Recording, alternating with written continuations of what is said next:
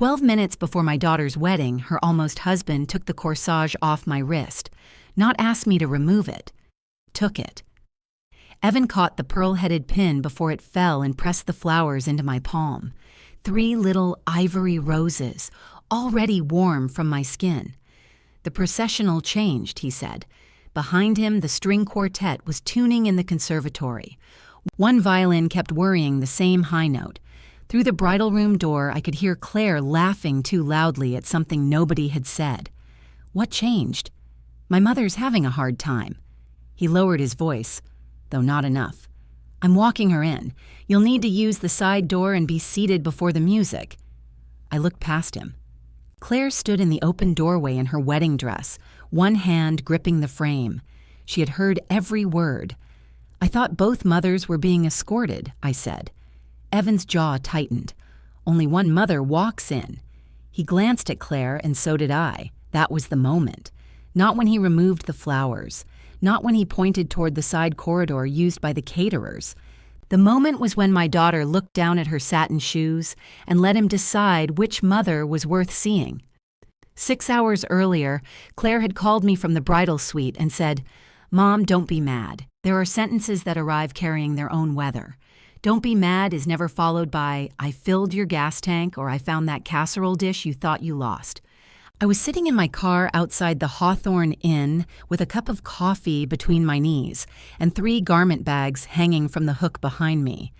The inn was an old brick estate that had been renovated by people who believed every flat surface needed a lantern. Lanterns lined the driveway. Lanterns hung from trees. There were lanterns in the ladies' room, which seemed like a fire code issue, but nobody had asked me. "I'm not mad," I said. "You don't even know what happened. I'm getting a head start." Claire sighed. "Lydia can't stay in room 214. I watched a man in a burgundy vest wrestle a cart of white folding chairs across the gravel. One chair slipped off. He looked at it for a long time, as if considering a life in which he simply kept walking.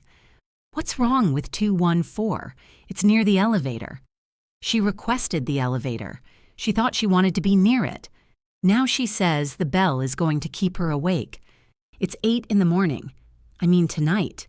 She's already worried about tonight.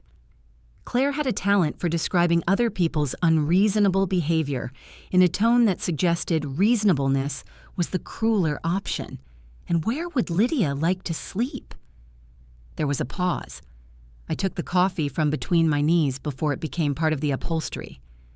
"Claire, your room is at the end of the hall.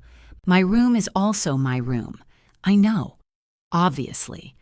But you sleep like the dead. That's a lovely way to speak about your mother on your wedding day. You know what I mean." I did. I always knew what Claire meant. That was one of the services I provided. She promised the inn would move my bags and give me Lydia's room. She said it would be temporary, as though we were discussing a refugee camp instead of 2 queen beds with decorative pillows. Then her voice softened. "Please, Mom, I can't start today with her crying." I looked at the garment bags. One held my dress, a navy crepe dress Claire had chosen because it photographed well. The other 2 held Daniel's suit and his husband Marcus's jacket, both of which I had picked up from the tailor after they got stuck in traffic the night before. Is she crying? Not yet. So we're doing preventive crying now. That got a small laugh out of her. I hated how quickly that laugh weakened me. "Fine," I said. "Give her my room. You're the best. No, I'm sleepy and poorly defended. I love you. I love you too." She hung up before either of us could ruin it. I had barely opened my car door when Daniel appeared beside it, holding a paper bag darkened with butter. He was 35, broad-shouldered, bearded, and somehow still able to materialize with food exactly the way he had when he lived at home. He looked at the garment bags, then at my coffee. "You eat?" I drank half a breakfast. He handed me the bag. "Cheese Danish. I raised you right. Marcus bought it. I helped choose him." Daniel took the garment bags from the back seat. "Why did the front desk just tell me your room changed?" "Because the front desk enjoys gossip." "Mom." Lydia's elevator is too loud. The elevator isn't in her room.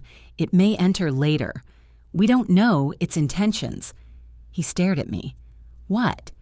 You keep making jokes like that and people think you're okay. I am okay. Then say no. To the elevator? To Claire. The man with the chairs finally picked up the fallen one. Daniel watched him struggle to fit it back onto the cart. This is her wedding, I said. One day of foolishness is built into the price. It hasn't been one day. I got out and smoothed my slacks. The morning air smelled like wet grass and coffee grounds. Somewhere behind the inn, a truck beeped in reverse. Daniel had objected to almost every favor Claire asked of me that year. He objected when I addressed 114 invitations because Claire hated her handwriting. He objected when I drove Lydia to a fitting after Evan got called into work. He objected when I spent 3 evenings replacing the flimsy ribbon on the welcome bags because the original ribbon looked, according to Claire, weirdly medical. Daniel's concern was sincere. It was also convenient. He worried about my overwork while handing me his suit. Your collar's fixed, I told him. The tailor redid the whole seam. Thank you. You're welcome. I could have picked it up.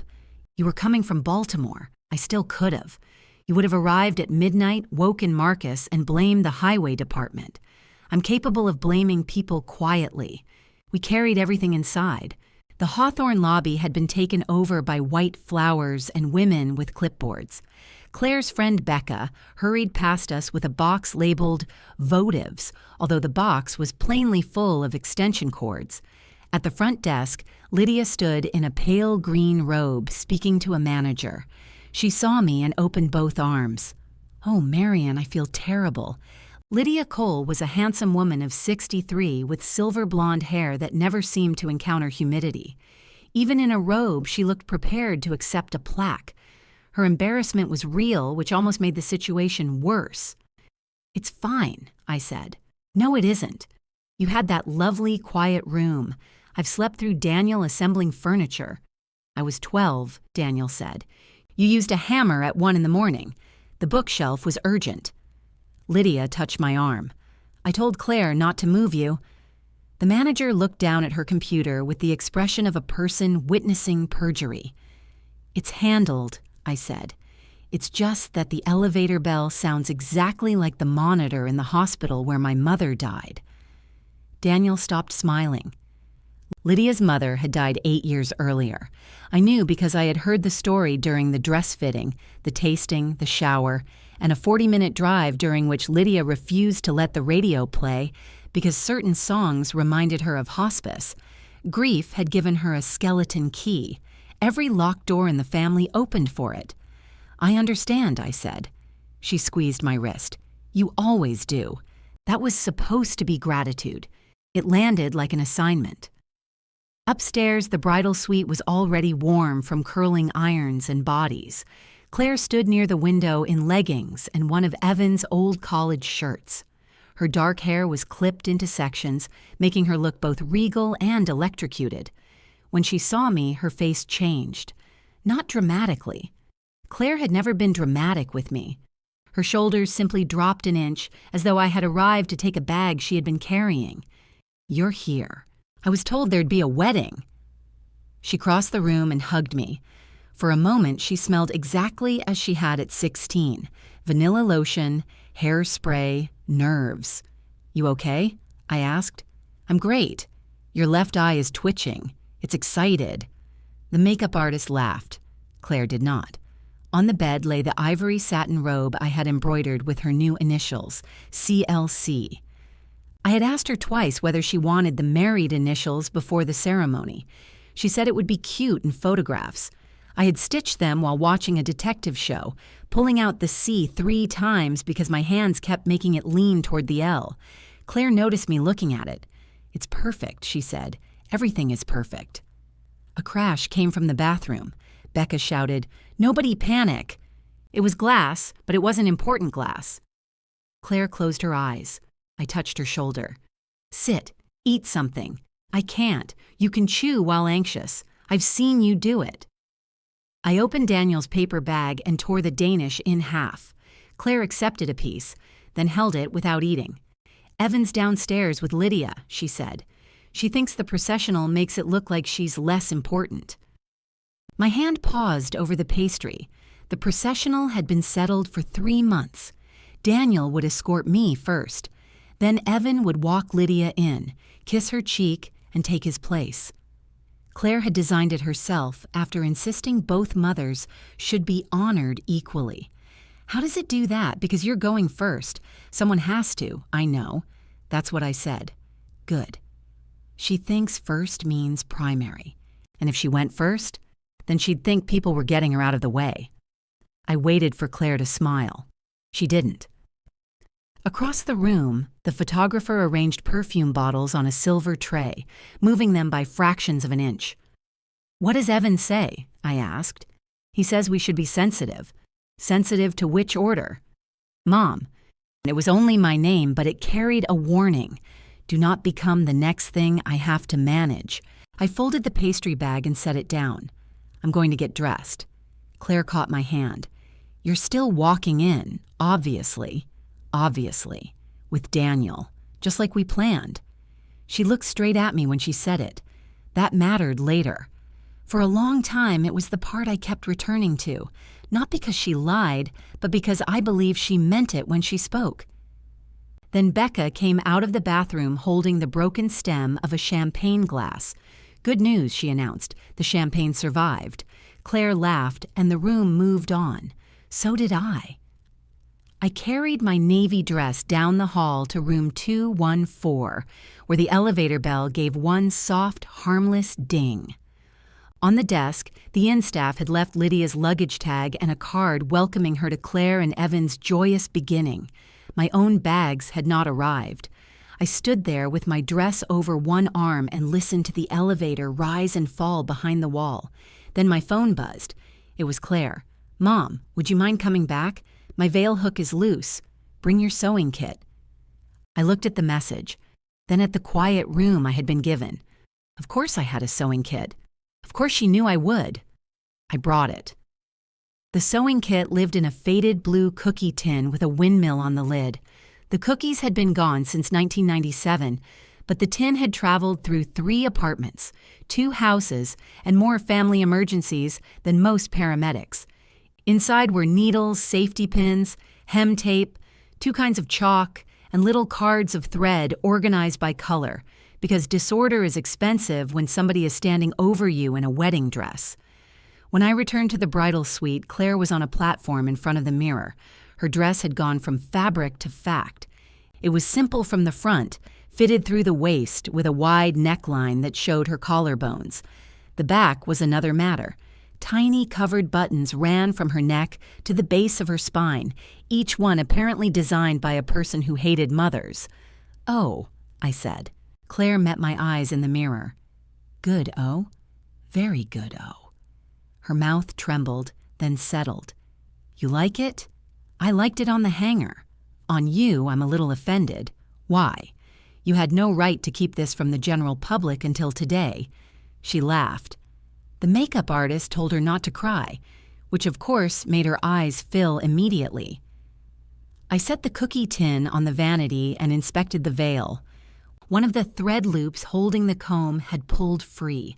It was a 5-minute repair if nobody touched me, and a 40-minute repair if everyone continued asking how long it would take. Becca leaned over my shoulder. "Can it be fixed?" "No, the marriage is canceled." Claire snorted. Becca pressed a hand to her chest. "Marian, I need you to understand that my nervous system doesn't recognize humor right now. Then go find something for it to do."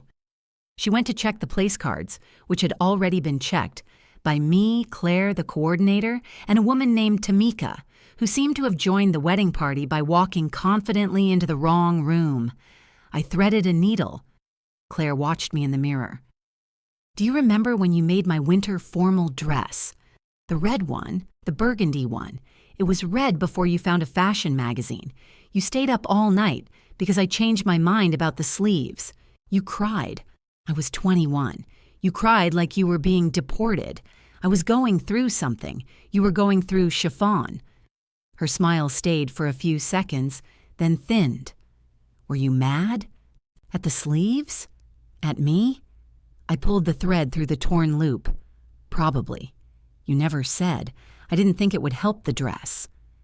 That answer bothered her. I saw it in the mirror, but before she could say more, Lydia came in wearing a pale blue button-down shirt over her slip. Her hair had been swept into a soft twist. She carried a garment steamer in one hand and my overnight bag in the other. "Found this sitting outside the wrong room," she said. "My toothbrush was making a break for it." She set the bag near the sofa. "I'm still sick about taking your room. Then it was a poor trade. Marion, truly. I could go back."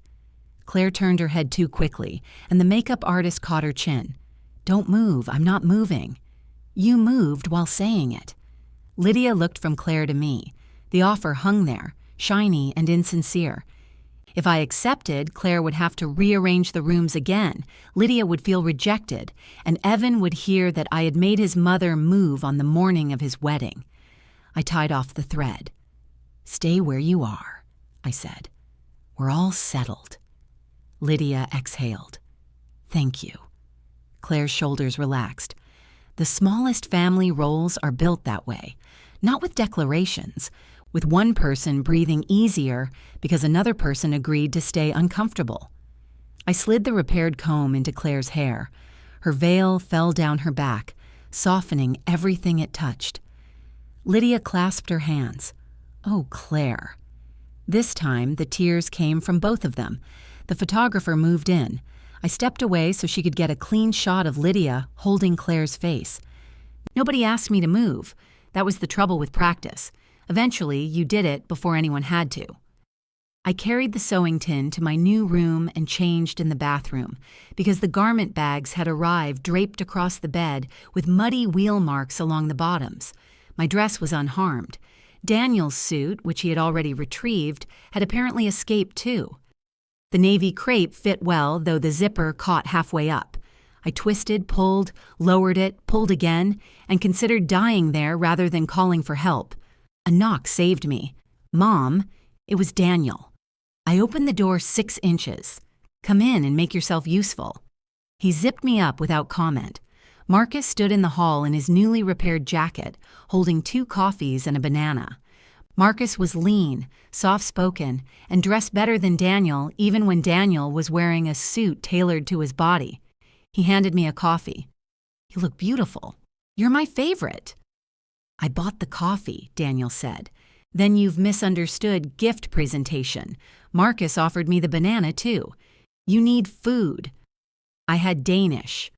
"You gave half to Claire," Daniel said. "How do you know? You always give half to Claire." He said it lightly, but the room changed around the sentence. Marcus looked at him. "We're not doing this now. I'm not doing anything." "That's your doing something voice." Daniel walked to the window and looked down at the lawn. Staff members were setting programs on white chairs. From above, the aisle seemed very narrow. "Did Claire tell you Lydia's upset about the processional?" he asked. "She mentioned it. And Lydia's upset. Is the plan changing?" "No." "You sure?" "Yes." Daniel turned. "Because Evan asked me if I'd mind seating you early." I set the coffee down. "When?" 20 minutes ago." "What exactly did he say?" "He said they were simplifying the entrances and asked if I could take you in before the guests settled." Marcus closed the door. I reached for the back of a chair and hung my handbag over it, taking care with the strap. I just left Claire. She said, "I'm walking with you as planned." Then Evan didn't get the message. Or you misunderstood. Daniel's eyebrows went up. "I'm a labor attorney, Mom. Understanding sentences is most of my personality." "It's not your best feature," Marcus said. "Thank you." He looked at me again. "Talk to Claire. She's getting married in less than 2 hours." "Right." So this would be a bad time for her fiancé to rewrite the ceremony behind her back. He may have been asking a hypothetical question. Evan has never asked a hypothetical question in his life. The man schedules spontaneity. Marcus touched Daniel's sleeve. "Let Marion handle it." Daniel went quiet, which was not agreement. It was the silence he used when he wanted credit later. I checked my reflection. The dress made me look composed. Navy was good for that. Navy said nothing unexpected had ever happened to you. I will ask, I said. Daniel nodded. And you will not corner Evan. I don't corner people. You arrange yourself so the room has fewer exits. That's different. Marcus handed him the banana. Eat your feelings. They left together, Daniel muttering that bananas had no emotional range. I stayed by the mirror. Calling Claire would have been easy. Going down the hall would have been easier. I could have asked one direct question and required one direct answer. Instead, I picked up my corsage box from the dresser. Claire had chosen ivory spray roses for Lydia and me, with small green leaves and narrow satin ribbons. My name was written on the lid in Claire's handwriting, the same slanted handwriting she had once said was too ugly for envelopes. I traced the M with my thumb. Then I told myself what I had told myself all year. This was not a pattern. It was a crowded day. Lydia was fragile. Evan was protective. Claire was under pressure. Daniel was suspicious by nature. I was capable of letting one thing remain uncomplicated. I pinned on my own corsage. The pin went through the ribbon, the dress, and the side of my finger. Damn it. A bright dot of blood appeared. I put my finger in my mouth and laughed once, although nothing was funny. Someone knocked again. This time it was Evan. He stood in the hall in black trousers and a white shirt, his bow tie loose around his neck. His sandy hair had been combed carefully and then disturbed by his hands. I had always liked that about him. Evan wanted to look controlled, but his hair kept reporting the truth. Can I come in? You're the second man to appear while I'm bleeding, so expectations are low. He looked at my finger. Are you okay? Corsage injury, I'll pull through. He stepped inside but stayed near the door. I had known Evan for 4 years. He worked in commercial insurance, ran half marathons without enjoying them, and called every restaurant in advance to ask about parking. When Claire had pneumonia 2 winters earlier, he slept in an upright chair beside her bed and kept a notebook of her medications. When I had cataract surgery, he sent a grocery delivery without being asked. He was not thoughtless. That made his thoughtfulness dangerous. Once he decided who needed protecting, everyone else became material. Daniel said you spoke to him, I said. Evan rubbed the back of his neck. That's actually why I'm here. Good. My mom's having a rough morning, so I've heard. She feels like a guest at her own son's wedding. Most mothers are guests at their children's weddings. You know what I mean. There it was again. He walked to the window, as Daniel had, but Evan faced me when he spoke. She doesn't have anyone else, Marion. She has you. She has friends. She has a sister in Ohio she talks to every Sunday. Aunt Carol isn't here. That was Carol's decision. You have Daniel and Marcus. You have your sewing group. Claire talks to you every day. Almost every day. My mom has me. He said it without self-pity. It was arithmetic to him. I had more people, so I should receive less. Balance restored. I'm not competing with Lydia, I said. I know. That's why I thought you'd understand. What am I understanding? He glanced at the corsage on my wrist, only for a second. We may need to adjust how the mothers enter. Claire told me the plan hasn't changed. She doesn't need this put on her right now. It's her wedding. Exactly. I studied him. Have you asked her? I've discussed it with her. That wasn't my question. His mouth flattened. She knows my mother is upset. And does she know you asked Daniel to seat me before the ceremony? He didn't answer. From the hall came Lydia's voice calling his name. Evan opened the door, relieved by the interruption. We'll make it work, he said. People say that when they have already chosen who will do the bending.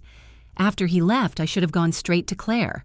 Instead, I fixed the corsage pin so it lay flat and wiped the drop of blood from the ribbon with cold water. The ivory rose showed no stain. Downstairs, guests had begun arriving. I recognized voices in the lobby and the rising brightness people use at weddings, as if ordinary volume might suggest doubt. I took my handbag, the cookie tin, and Claire's room key from the desk. Then I went back upstairs because Becca had texted that one of the groomsmen had lost a button and Lydia needed help fastening her necklace. Claire was standing by the mirror when I entered, fully dressed, veiled, beautiful enough to make the whole noisy room seem briefly still. She smiled at my corsage. "There," she said. "Now it feels real." I looked at her reflection and almost asked. Then Lydia held out the necklace, Becca called for scissors, and the coordinator announced that we were 18 minutes behind. Claire reached for my hand as I passed. "Don't disappear on me, okay?" I squeezed her fingers. "I'm right here," I said. I meant it when I said I was right there. I fastened Lydia's necklace because her hands were shaking. I replaced the missing groomsman's button with one from the inside of his jacket where nobody would notice.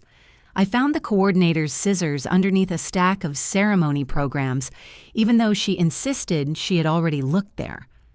When the photographer wanted a picture of Claire with the moms, Lydia and I stood on either side of her. Claire put one arm around each of us. "Closer," the photographer said. We moved closer. "Like you love each other." Lydia laughed. "We do." Her hand settled against the middle of my back. The camera clicked. I wondered later whether the photograph caught my face before or after I decided not to ask Claire about the processional. There had been a moment when she turned toward me, giving me a clear opening. I could have said, "Evan came to my room." I could have made her answer with witnesses around her. Instead, I adjusted the edge of her veil. The coordinator clapped her hands. "All right, people, if you're not dressed, get dressed. If you're dressed, please remain that way." The room scattered. Daniel was waiting near the rear staircase in his charcoal suit. His tie was crooked. Marcus stood behind him, attempting to fix it, while Daniel moved his chin away like a dog avoiding medicine. "Hold still," Marcus said. "I can tie a tie." "You tied a tie. Whether it stays tied is now my concern." Daniel looked at my wrist, still wearing the corsage. Sharp eye. "So the plan's the same, as far as I know." He stopped fighting Marcus. "As far as you know?" "Evan spoke to me. He said there might be an adjustment." "What adjustment?" He didn't specify. Daniel's face went still. Marcus finished the knot and pressed it flat. "Don't." "I haven't done anything." "You got that courthouse look. This is my regular face. You have a regular face, a courthouse face, and a face you make when somebody puts raisins in potato salad. That's a hate crime." "Daniel," I said. He looked at me. "I am asking you to wait where the coordinator told you to wait. If anything changes, I'll handle it." "How?" "I'll know when it happens." That's not handling it. That's being available for impact. The musicians began a warm-up phrase below us. Guests answered with a hush, then another wave of conversation. I touched Daniel's lapel.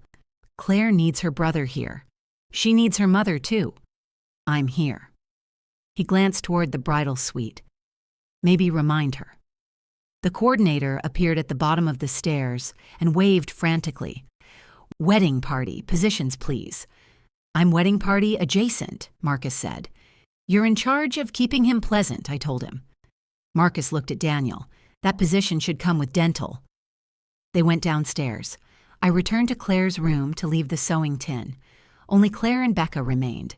Becca was bent over, buckling the straps on Claire's shoes. Claire watched me place the tin on the vanity. "You're taking that with you, right?" she asked. "To the aisle? What if something happens? What are you expecting? A quilting emergency?" Her laugh broke in the middle. "I don't know. I just want it nearby." I put the tin into the canvas emergency bag and looped the strap over my shoulder. Claire exhaled. "Thank you." Becca straightened. "Okay, shoes secure, bride secure. I'm going to find the bouquet before someone puts it in water with aspirin because their grandmother told them to." She hurried out. For 3 seconds, Claire and I were alone. The room was suddenly too quiet. Even the hair dryers had stopped. Outside the window, guests moved between the rows of chairs, their jackets and dresses bright against the lawn. Claire held both hands out to me. "Mom," I took them. "You look beautiful," I said. "You already told me. You still do." Her thumbs moved against mine. "Are you okay?" There are questions people ask because they want the truth, and questions they ask because they want permission to continue. I looked into my daughter's face and could not tell which one this was. Is there something I shouldn't be okay about? She opened her mouth. A knock came at the door, and Evan stepped halfway inside. He had fastened his bow tie. He looked finished now. Certain. Sorry, he said. I need Marion for a second. Claire released my hands. Why? Processional logistics. He said it casually, but her face told me she knew. I followed him into the hall because some foolish part of me still wanted to give her a chance to come after us. She did. She stood in the doorway gripping the frame while Evan reached for the corsage. When he removed it, the pin dragged against my skin. He caught it and pushed it back through the ribbon before placing the flowers in my palm. The processional changed, he said. He spoke in the same reasonable tone he had used when arranging parking for the rehearsal dinner. My mother's having a hard time. I'm walking her in. You'll need to use the side door and be seated before the music. I thought both mothers were being escorted. Only one mother walks in. The violin downstairs tested the same thin note again. I looked at Claire. She lowered her eyes to her shoes. Is that what you want? I asked her. Her head lifted. It's not about what I want. It's your wedding. I know that. Then answer me. Evan shifted between us, not quite blocking her. We are 12 minutes from the ceremony. I didn't ask you. Claire's cheeks flushed under her makeup. Mom, please. Please what? Don't make me choose today. The words moved through me slowly, finding every soft place on their way down. I opened my hand and looked at the flowers Evan had returned. Claire's handwriting was not on them now. They were simply 3 roses pinned together, slightly crushed where his fingers had closed. You already chose, I said. You're asking me not to mention it. That's not fair? No, it isn't. Becca appeared at the far end of the hall with the bouquet, saw our faces and stopped. The coordinator came up behind her and asked what was happening. Nobody answered. I lifted the emergency bag from my shoulder and held it out to Claire. She stared at it. What are you doing? Giving you your sewing kit. Mom, if something tears, Becca knows how to thread a needle. I don't want the sewing kit. You wanted it 5 minutes ago. You know what I mean. I do. I looked toward the narrow side staircase.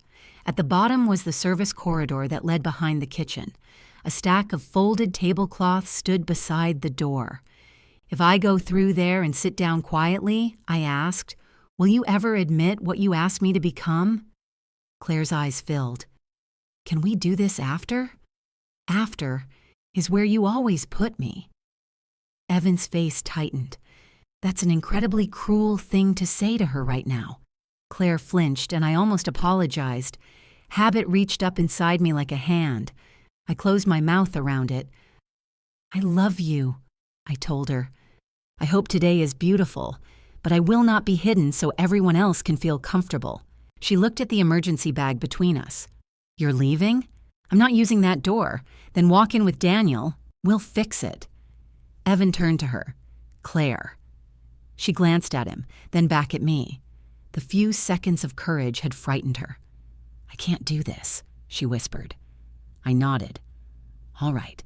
I put the emergency bag on the floor at her feet, then I walked away. Daniel was standing just inside the conservatory doors. The guests were nearly seated, and the quartet had begun the first processional piece. Lydia waited beside him in her lavender dress, one hand wrapped around Evan's empty arm position, as though he were already there. Daniel saw the corsage in my hand. What happened? Not here. He stepped toward me. Mom, I'm going home. His voice dropped. Then I'm coming with you. No, absolutely not. Claire needs you in there. She had you. Lydia turned toward us. Her expression moved from confusion to recognition when she saw the flowers. Marion, she said. I didn't. I held up one hand. Whatever sentence she had prepared, I could not carry it with me.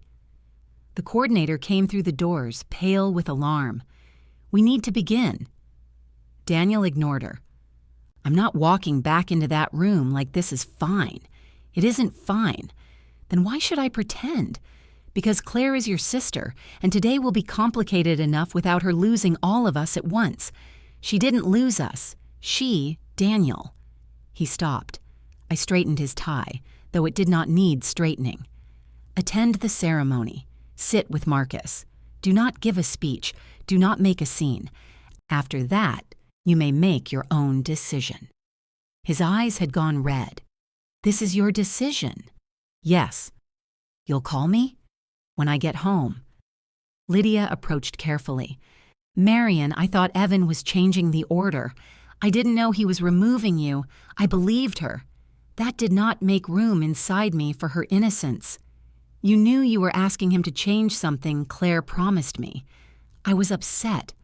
So am I. Evan appeared at the corridor entrance. He looked from me to Daniel, then to the gathering staff.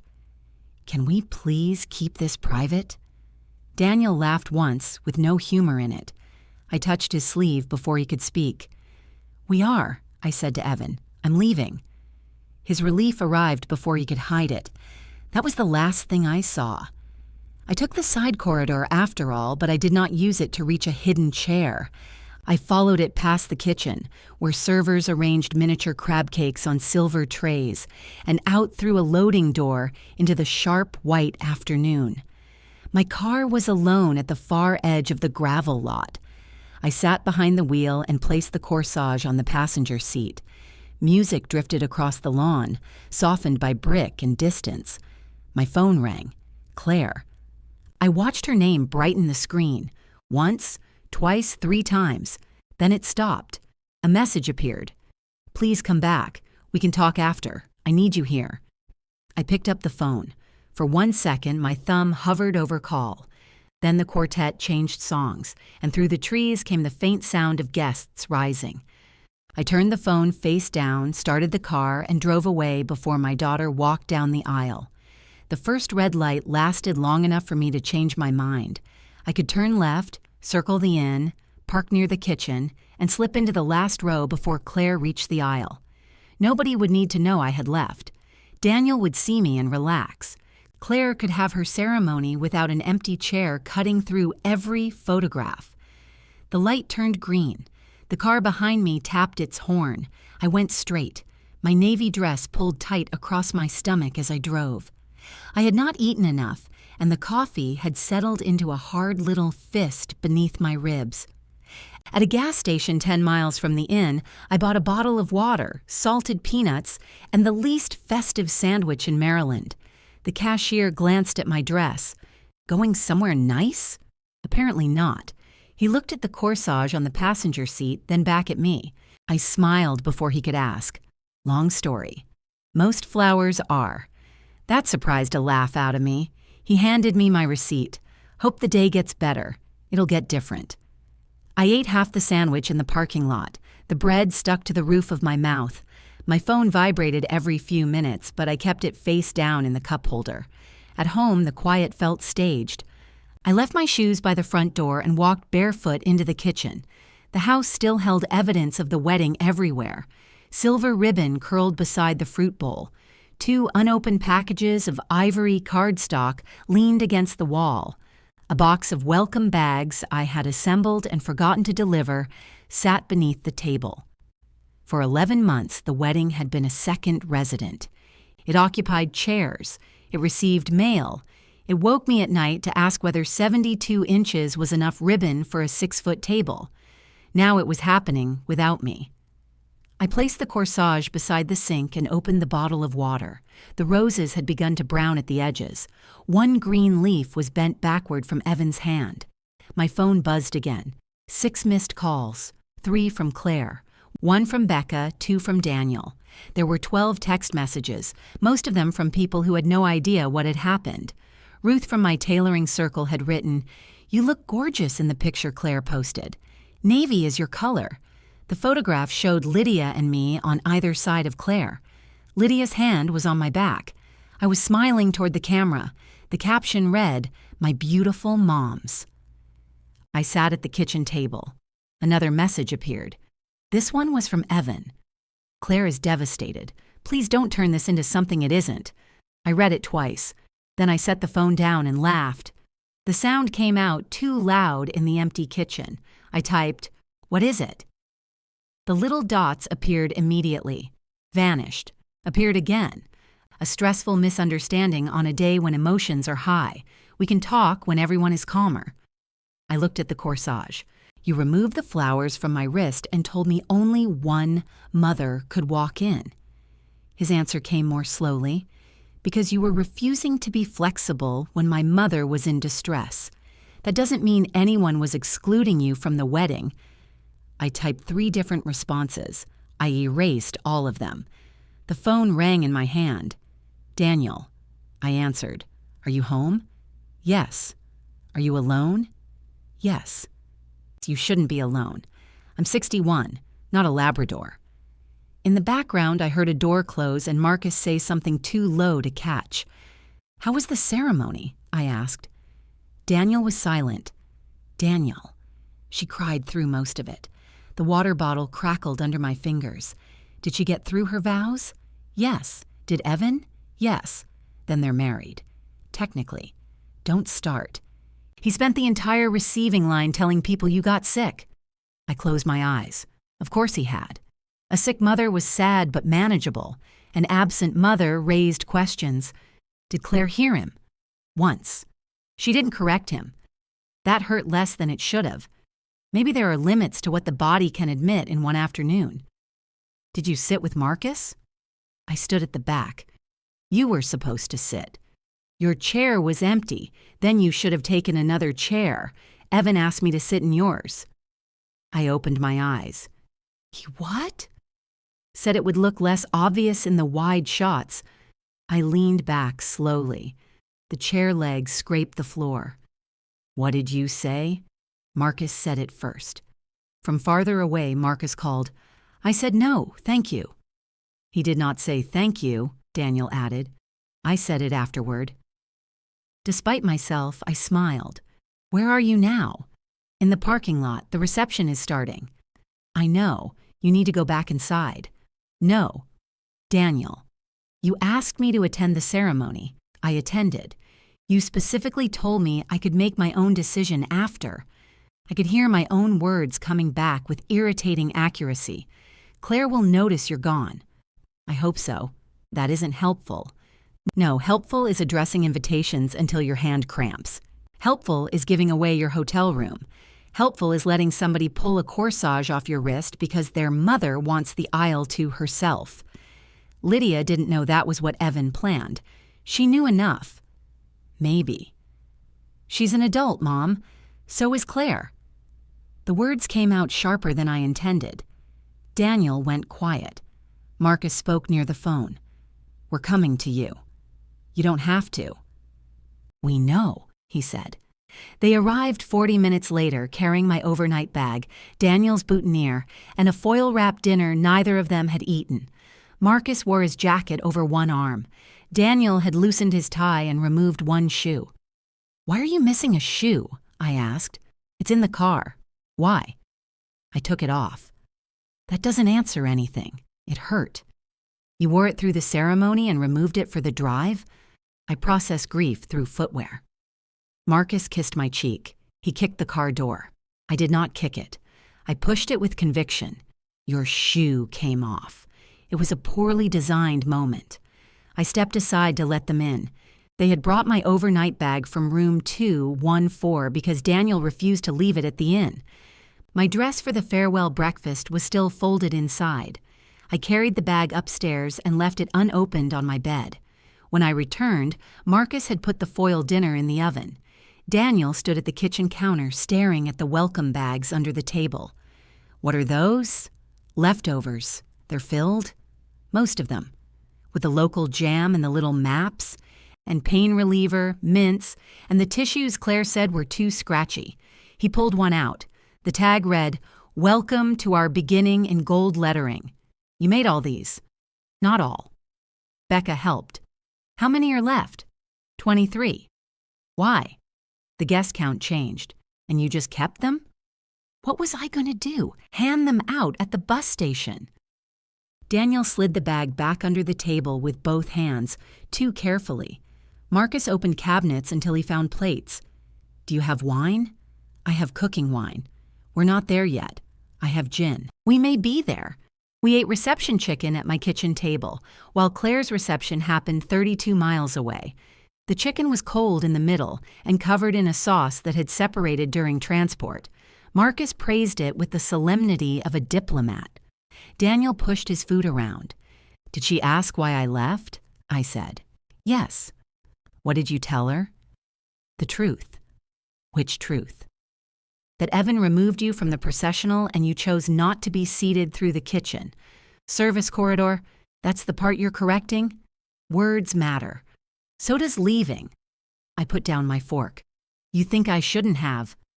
His face changed. No, you can. I don't. You're furious. That doesn't mean you understand. I understand that she counted on you not having a limit. The directness of it made me look away. Marcus reached for the water pitcher. Claire asked Daniel to bring you back. During the reception? Right after the ceremony, Daniel said. She said she couldn't go into the ballroom knowing you weren't there. What did you say? I asked whether she had told Evan to go get you. And? She said he needed to stay because his mother was upset. A pulse moved behind my eye. I stood and carried my plate to the sink. Mom, Daniel said, I'm fine. Marcus sighed. We need to ban that word for 24 hours. I don't have a replacement. You don't need one. I turned on the faucet, then off again because the noise was too much. The kitchen window faced west. The late sunlight had turned the glass above the sink gold. I wondered whether the photographer was taking sunset pictures of Claire and Evan beside the inn stone fountain. Claire had shown me examples. The brides in those photographs always looked as if nothing had ever happened to them. My phone rang. Her name filled the screen again. Daniel stood. Don't answer if you don't want to. That isn't your decision. I know. His tone said he was trying very hard to learn something faster than the rest of us. I answered. For a few seconds, all I heard was music and voices. Then a door closed, muting the noise. Mom? Claire sounded small, not childish. There was a difference. Adults could sound small while still being responsible for what they had done. I'm here. You left. Yes. I kept looking for you. I told you I was leaving. I thought you'd come back. She was crying. I heard her trying not to disturb her makeup, taking short breaths through her nose. Daniel left too, she said. That was his choice. You told him to. I told him to attend the ceremony. Evan says you made a scene in front of the staff. Evan asked me to use a service entrance. He was trying to solve a problem by making me disappear. That's not what he meant. He said only one mother walks in. The silence on her end tightened. He shouldn't have said it like that. How should he have said it? Mom, I don't want to fight. Neither do I. This is my wedding day. I know. Then why are you doing this now? I looked at Daniel. He lowered his eyes. Marcus stayed very still. Because it happened now, Claire. She began to cry harder. From the other side of the door came a muffled knock. Evan's voice asked whether she was ready for the first dance.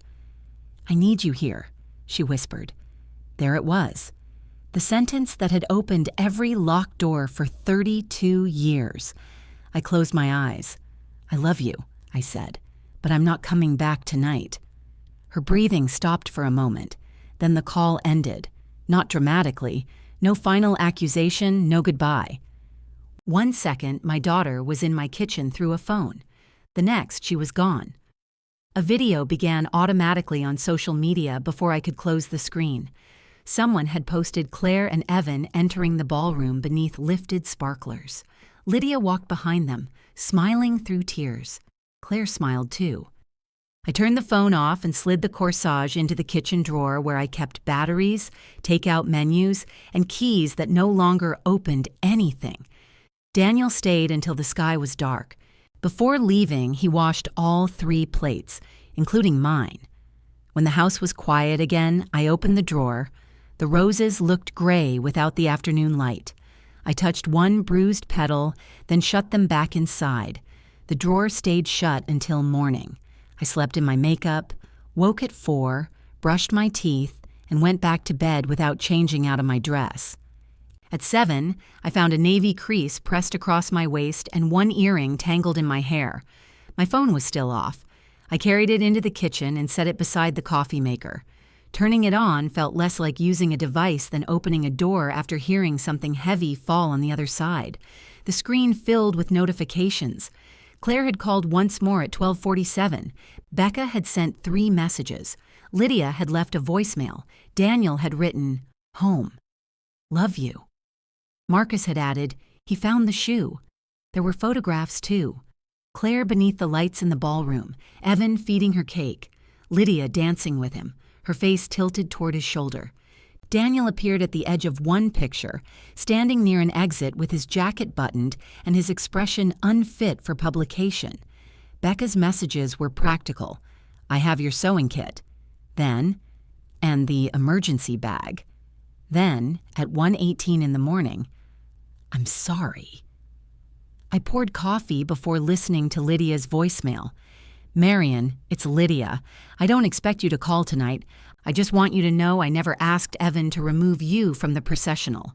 I told him I was uncomfortable going second, and I know that sounds petty because it was petty. But I thought he would change the order. I thought perhaps we would both enter together or, well, I don't know what I thought. I would never have asked him to send you through the kitchen. I'm sick about it. Claire is devastated. Please call her." The message ended there. Lydia had managed to admit fault, deny the worst fault, and hand me responsibility for Claire's pain in under a minute. It was almost elegant. I listened again anyway. She sounded ashamed. Not falsely ashamed, not theatrically ashamed. The distinction mattered, though I did not know what to do with it. At 8:30, the inn's number appeared on my screen. I let it ring twice before answering. "Mrs. Bennett?" a cheerful voice said. "We're checking whether you'll be joining the farewell brunch. The bride asked us to confirm your place setting." I looked at the box of unused welcome bags under my table. "No." "All right. Would you like us to keep your room available until noon? I'm already home." There was a pause, followed by the delicate tapping of computer keys. "Oh, I see a note that your luggage was collected." "Yes. We hope you enjoyed your stay. I was there for 8 hours. I hope those 8 hours were enjoyable." I admired her commitment. "Thank you," I said. "They were educational." After we hung up, I opened the drawer. The corsage had darkened overnight. One of the roses had collapsed inward, its petals folding around the center like a fist. I took it out, then put it back. At 9:15, Claire texted, "There's a seat for you at brunch." I typed, "Thank you, but I'm not coming." She responded before I could set down the phone. "Everyone keeps asking where you are." I considered several answers. At home, where I said I would be. Through the side door, perhaps. I settled on, "I'm sorry that's uncomfortable." Her reply took 10 minutes. "You don't sound sorry." That was the first time I understood how different honesty would feel coming out of my mouth. I wrote, "I'm sorry you're hurting. I'm not sorry I left." She did not answer. At 10, Ruth knocked on my front door, holding a grocery store bouquet and a plastic container of egg salad. Ruth Fallon had been part of my Wednesday tailoring circle for 5 years, though calling it a tailoring circle gave us more discipline than we possessed. We met in the community room behind St. Mark's, repaired donated work clothes, argued about thread, and drank coffee strong enough to remove varnish. She took one look at me in my robe and said, "You look terrible. You brought flowers to compete with the corpse in my kitchen." I brought flowers because when I texted congratulations, you answered with a period. I did, just a period. Very ominous punctuation. I let her in. Ruth was 66, compact, gray-haired, and constitutionally unable to whisper. She put the bouquet in my dish rack because there was no vase within reach. "I saw Daniel's post," she said. "Daniel posted something?" Only a picture of him and Marcus dressed up. He wrote, "Love is action," which is either sweet or the beginning of a manifesto. Could be both. And you weren't at the reception pictures. I left before the ceremony. Ruth stopped opening the egg salad. She turned slowly. You left Claire's wedding? I did. What happened? I told her. Not beautifully. The story came out in pieces while I made toast and searched for a vase. I told her about the room, the processional, the corsage, the side door. I told her what Claire said and what I said back. I left out the phone call from the reception until the end.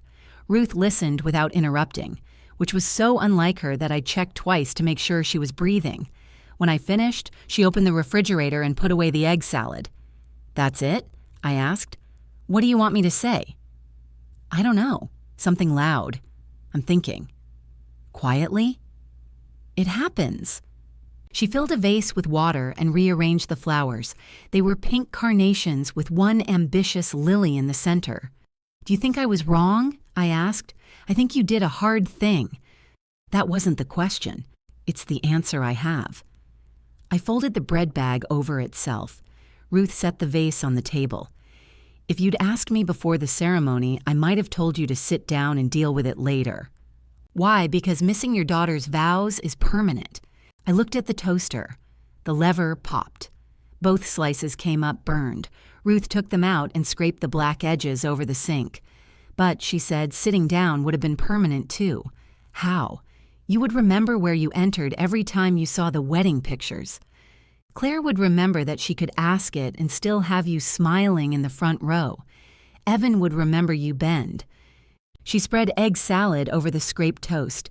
You can regret leaving and still believe leaving was right. I don't regret it. Not yet. I wanted to argue. Instead, I sat down. Ruth slid the plate toward me. Eat before your principles lower your blood sugar. The following Wednesday, I almost skipped the tailoring circle. There were 17 unread messages between Claire and me, if messages I had read from the preview screen counted as unread. She sent photographs without captions. I sent a heart under one picture and nothing under the others. She and Evan were taking a short trip to Savannah rather than a longer honeymoon, since Evan did not like being too far from Lydia after an emotional event. That was how Claire phrased it. An emotional event, not their wedding, not my leaving. Something weather-like that had occurred around Lydia and required monitoring. At St. Mark's, Ruth had told no one. I knew because nobody hugged me with both arms when I entered. Carolyn was pinning a hem on a gray skirt. Denise was fighting with the ancient iron. A woman I did not recognize stood at the supply cabinet holding 3 spools of black thread. This is Marion, Ruth announced. She knows why the bobbin keeps snarling but won't tell us because power has corrupted her. It's threaded backward, I said. Denise stared at the machine. It has a backward? Everything does. For 2 hours, I repaired seams that belonged to strangers, a torn pocket, a missing cuff button, a zipper that had separated from its tape. The work steadied me because fabric did not pretend damage was complicated. You looked for the break. You decided whether it could hold another stitch. Sometimes the original seam allowance was gone, and the honest answer was no. Near the end, Ruth placed a cream blouse in front of me, collars coming loose. I inspected it. This has already been repaired twice. Can you do it again? Yes. Should you? I looked up. She was watching me with the expression of a woman pretending not to make a point. I dislike you, I said. I brought better cookies this week. You brought store cookies. They're from a store with a bakery. I reinforced the collar anyway. When I got home, Becca's car was parked at the curb. She climbed out holding the emergency bag against her chest.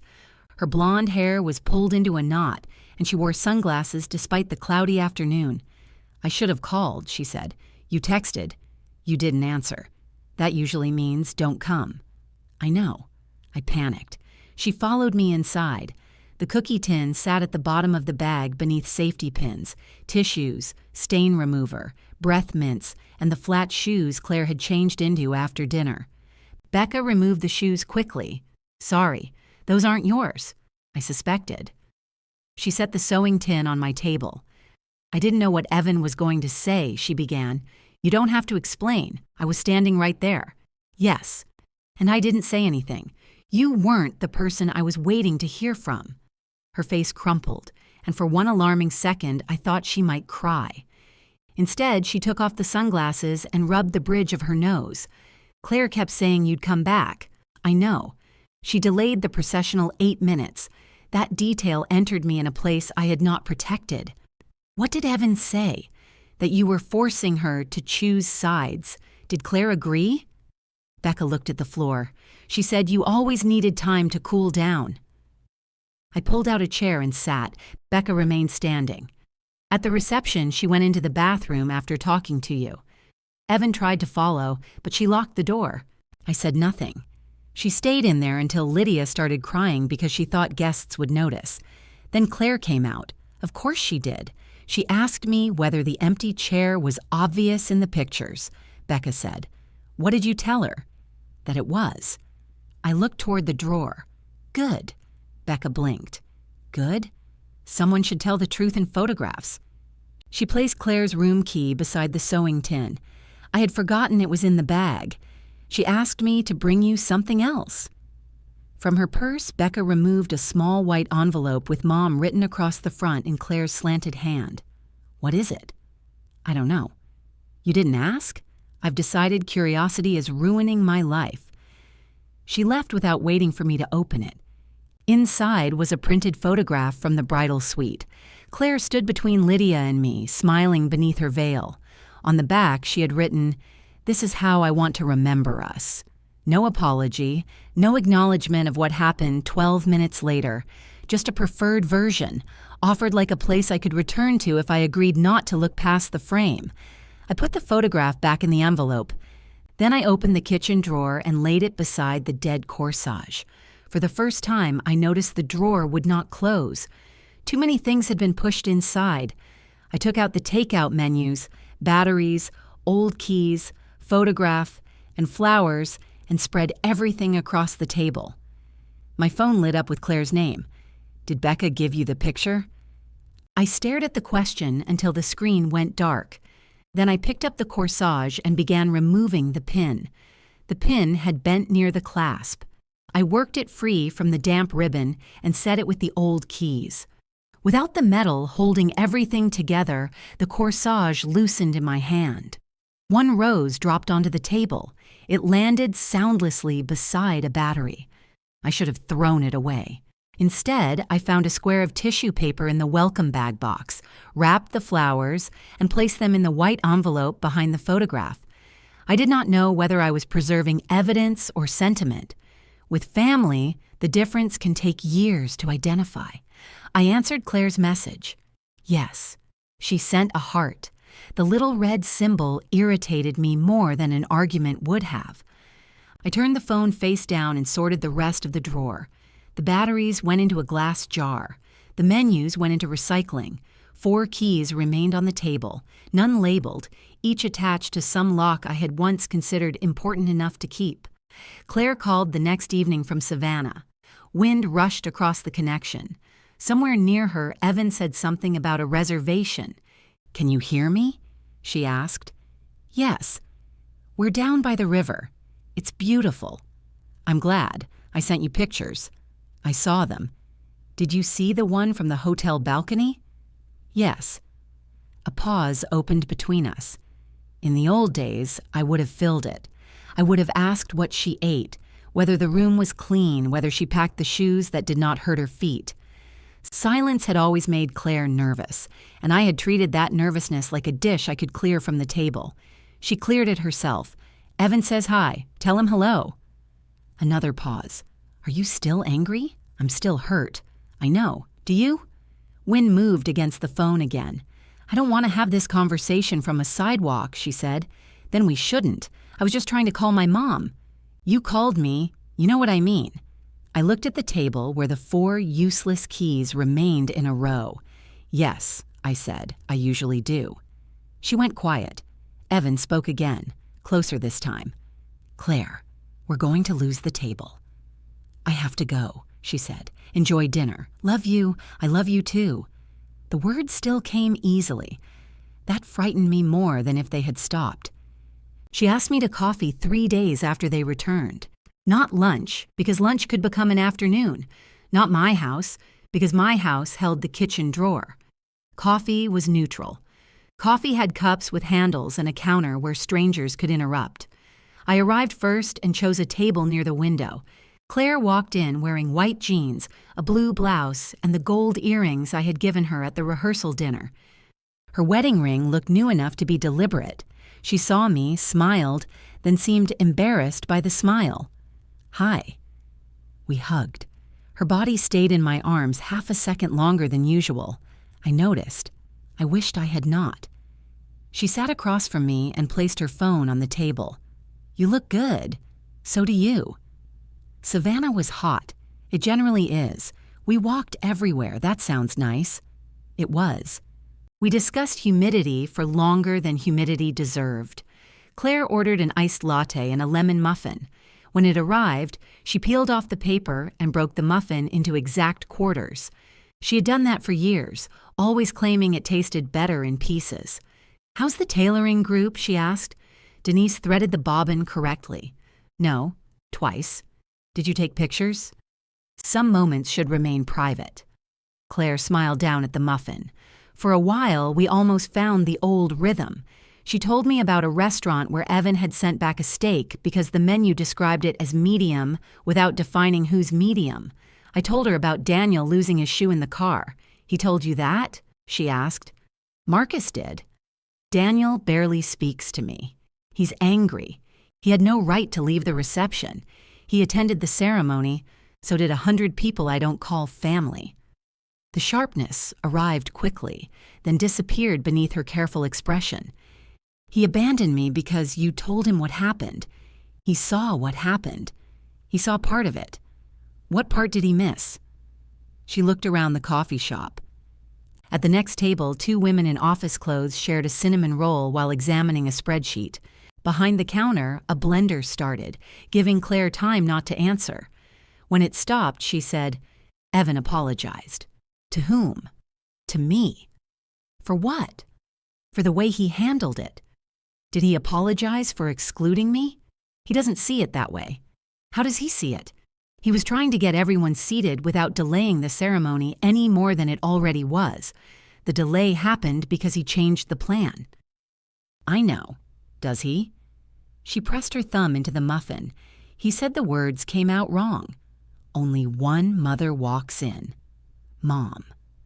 What part came out wrong? The number? A woman at the next table looked up. Claire lowered her voice. "This is why I didn't want to talk at the wedding. We are not at the wedding. You're still talking like you're on trial. Am I accused of something?" Her eyes filled, but she blinked hard. "I don't recognize you right now." I leaned back. It was a good sentence. It made my refusal sound like a personality change rather than new information about my limits. "You recognize me," I said. "You just don't recognize me saying no. That's not fair. You keep saying that because you keep making me sound like I planned to humiliate you. I don't think you planned it." "Then what do you think?" "I think Evan decided his mother's distress mattered more than my place beside you. I think you knew what he was doing. And I think you let him do it because you believed I would forgive you faster than he would forgive you for stopping him." Claire looked at me. The coffee shop continued around us. Milk steamed. A chair scraped. Someone laughed too loudly near the door. "I was scared," she said. The words were so quiet I almost missed them. Of what? Of starting our marriage with him angry at me. That was not the answer I expected. I kept my hands around my cup. "He was already angry," she continued. "Lydia called him crying before breakfast. Then the room thing happened, and she kept saying the processional showed everyone where she ranked. Evan said if I loved him, I would fix one thing for her. And you thought fixing it meant removing me?" "No. At first I thought we'd change the order. Then the coordinator said there wasn't time to rearrange the entrances because people were already lined up. There was time to send me through the kitchen.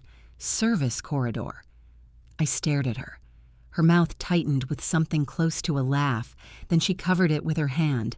The laugh broke into a sob. "I'm sorry," she said. It was the first direct apology she had given me. I reached across the table, then stopped before touching her. She saw.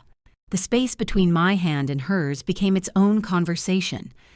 "I'm sorry I didn't stop him," she said. "I'm sorry he said that to you. I'm sorry you missed the ceremony." "Thank you. But I'm angry at you too." I withdrew my hand. "Okay. You left me. I left the wedding. You left me standing there. I told you what I needed. 12 minutes before my vows. That's when it happened. You could have stayed and dealt with it later. I could have. But you didn't." "No." She wiped beneath one eye with her fingertip. "Do you regret it?"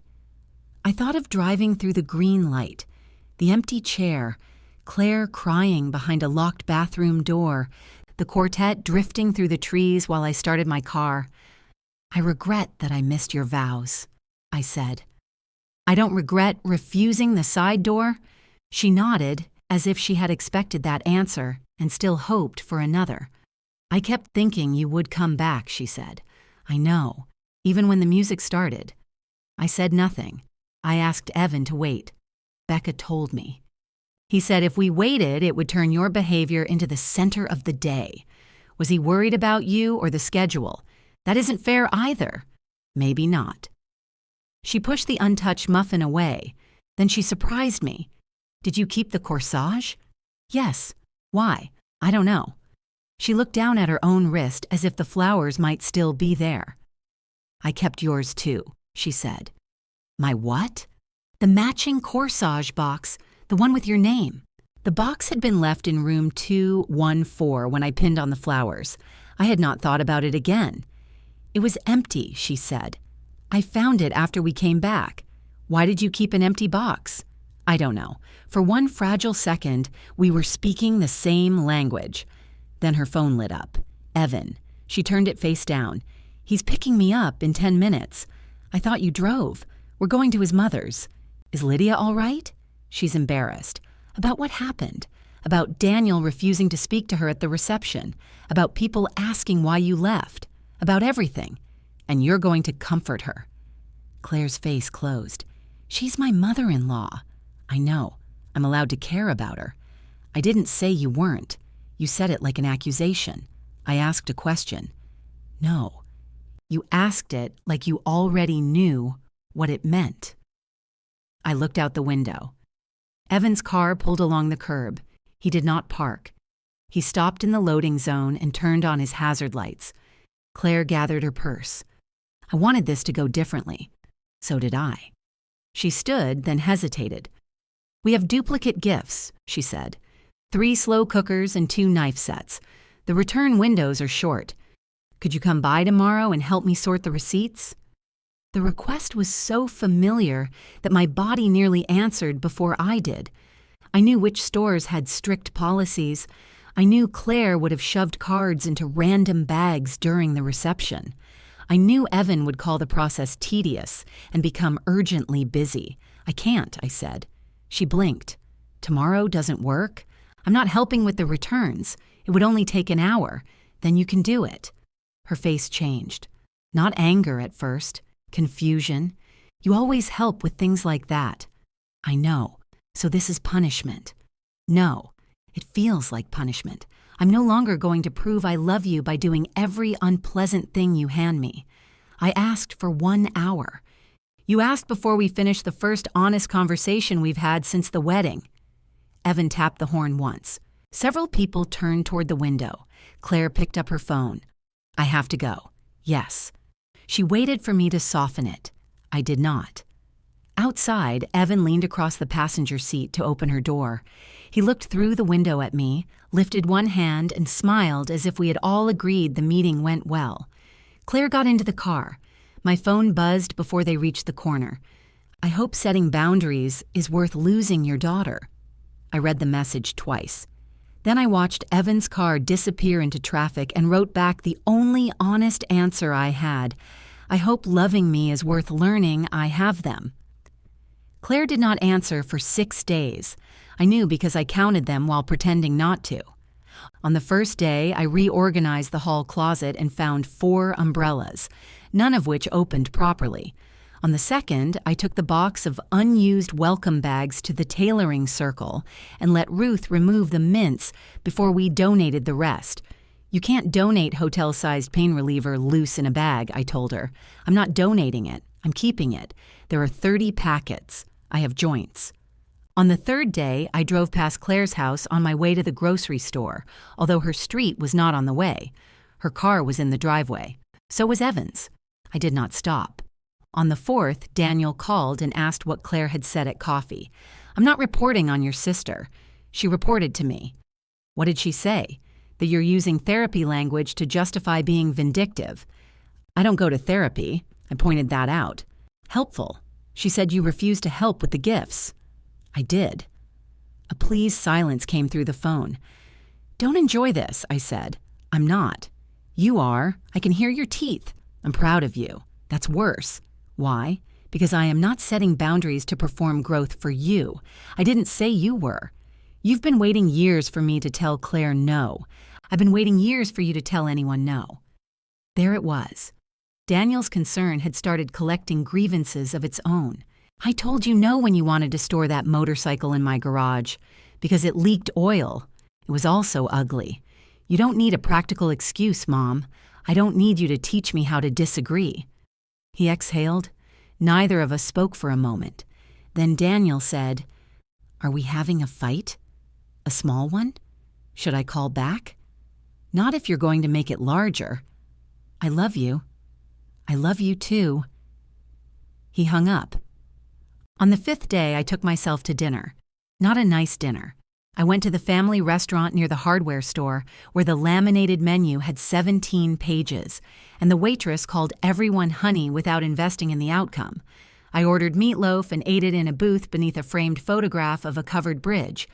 At the table across from me, an older couple divided a baked potato with the precision of surgeons. Nobody asked why I was alone. Nobody needed me to explain an empty seat. I was halfway through the meatloaf when I realized I had not enjoyed it. Freedom was going to need better seasoning. On the 6th day, Claire texted, Can we all have dinner and talk like adults? I read the sentence several times. Who is all? You, me, Evan and Lydia, Daniel and Marcus. I watch the dots appear. I think fewer strong personalities would be better. Daniel would have admired the phrase. I did not tell him.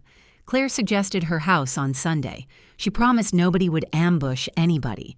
The use of the word ambush made me feel less confident, but I agreed.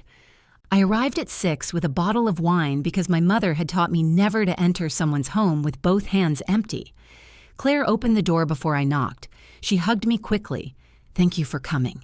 Thank you for inviting me. Her house smelled like garlic and lemon cleaner. Wedding photographs had appeared in the hallway. One showed Claire and Evan leaving the ceremony, hands raised, guests blurring behind them. Another showed Evan dancing with Lydia. The picture from the bridal suite was not there.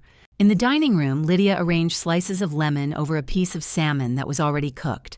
Evan stood at the bar opening wine. He smiled at me with all his teeth. Marion. Good to see you, you too. It was not true, but civility is not a sworn statement. Lydia came around the table and took both my hands. I've been so worried. Have you? I left you that message. I heard it. You didn't call. I didn't have anything to add. Her fingers loosened around mine. Claire stepped between us with a bowl of green beans. We agreed we'd eat first. No one agreed, Evan said. You announced. Then I announced we'd eat first. He kissed her temple. The gesture looked affectionate. It also ended the discussion. At dinner, we talked about Savannah. Evan described the hotel's parking system in detail. Lydia told a story about a tour guide who pronounced Lafayette 3 different ways. Claire watched all 3 of us as if monitoring a pan that might boil over. The salmon was dry. Nobody mentioned it. When the plates were cleared, Claire placed her hands flat on the table. Okay.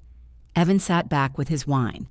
Lydia folded her napkin into a smaller rectangle. Claire looked at me.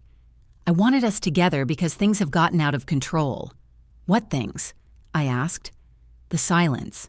Daniel refusing to answer me. Mom not returning my calls. She had started calling Lydia Mom during the engagement. I had told her it did not bother me. I had even meant it then.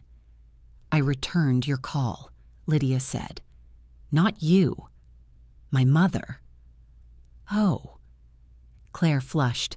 Evan reached for her hand. We all understand who she meant. I looked at their joined hands. What would you like from me? I asked. Claire's expression tightened. Can we not start like it's a negotiation? I'm asking. I want you to understand nobody wanted to hurt you. I understand you didn't want the consequences of hurting me. Marion, Evan said, that's exactly the kind of wording that makes this impossible. What wording would you prefer? The kind where we assume good intentions. I assumed good intentions all year. He leaned forward. Then you know the wedding morning was chaotic. Evan, Lydia said. I'm not saying we handled everything perfectly. You removed her corsage, Claire said. The room went still. I looked at her. She kept her eyes on the table. Evan's hand withdrew from hers. Yes. Because I was telling her the processional had changed.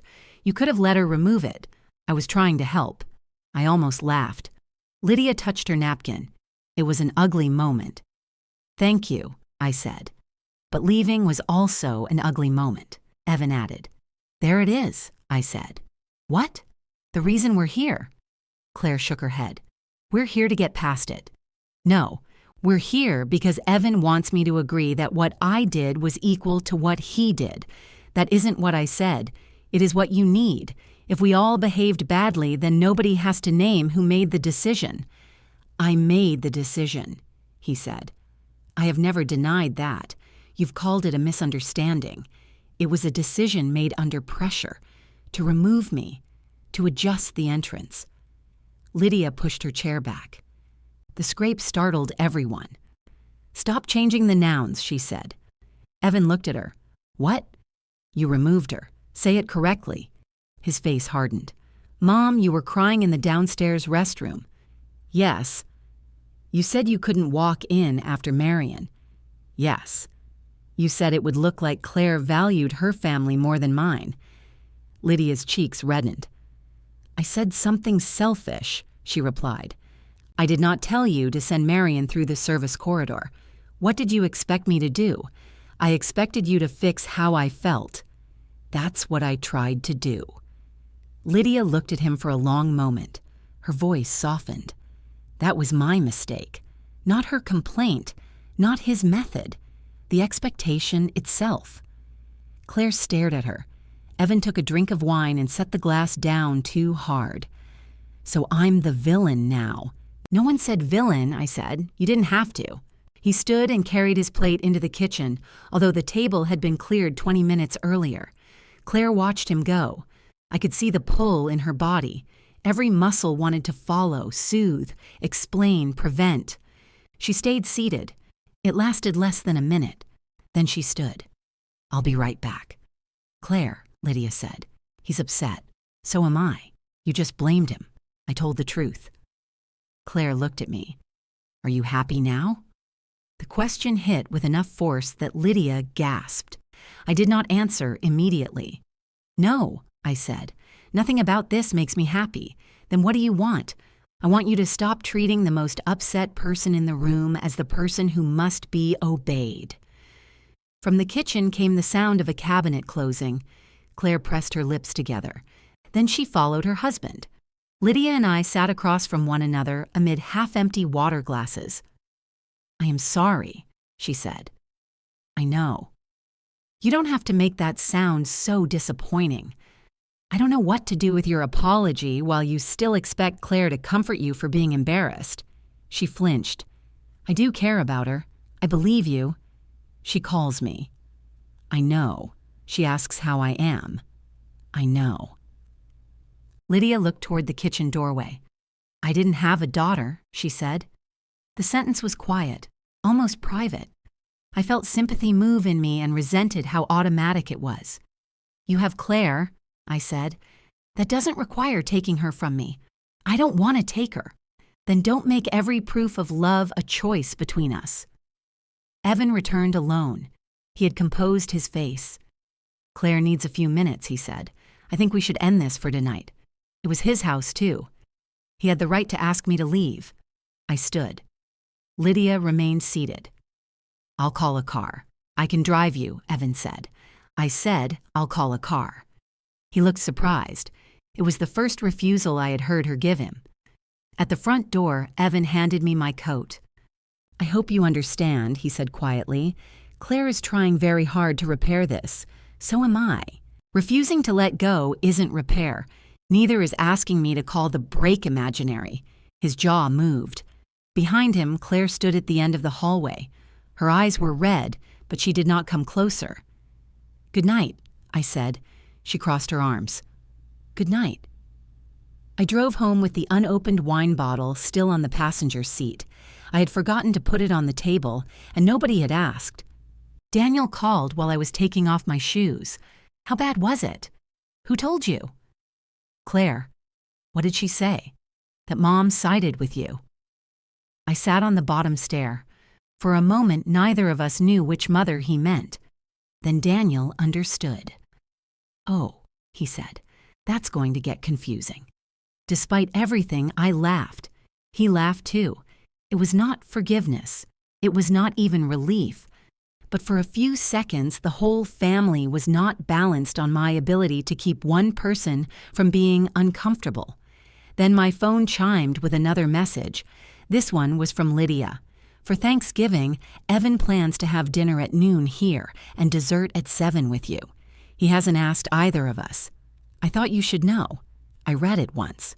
Then I sent back, thank you.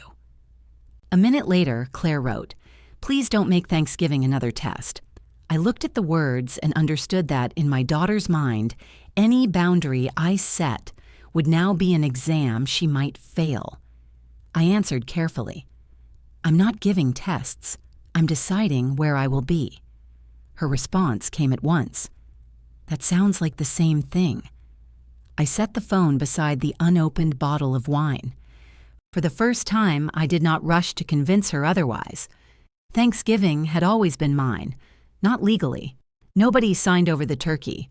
But for 26 years, everyone came to my house, arrived hungry, complained that I had made too much food, and took home enough containers to survive a minor siege.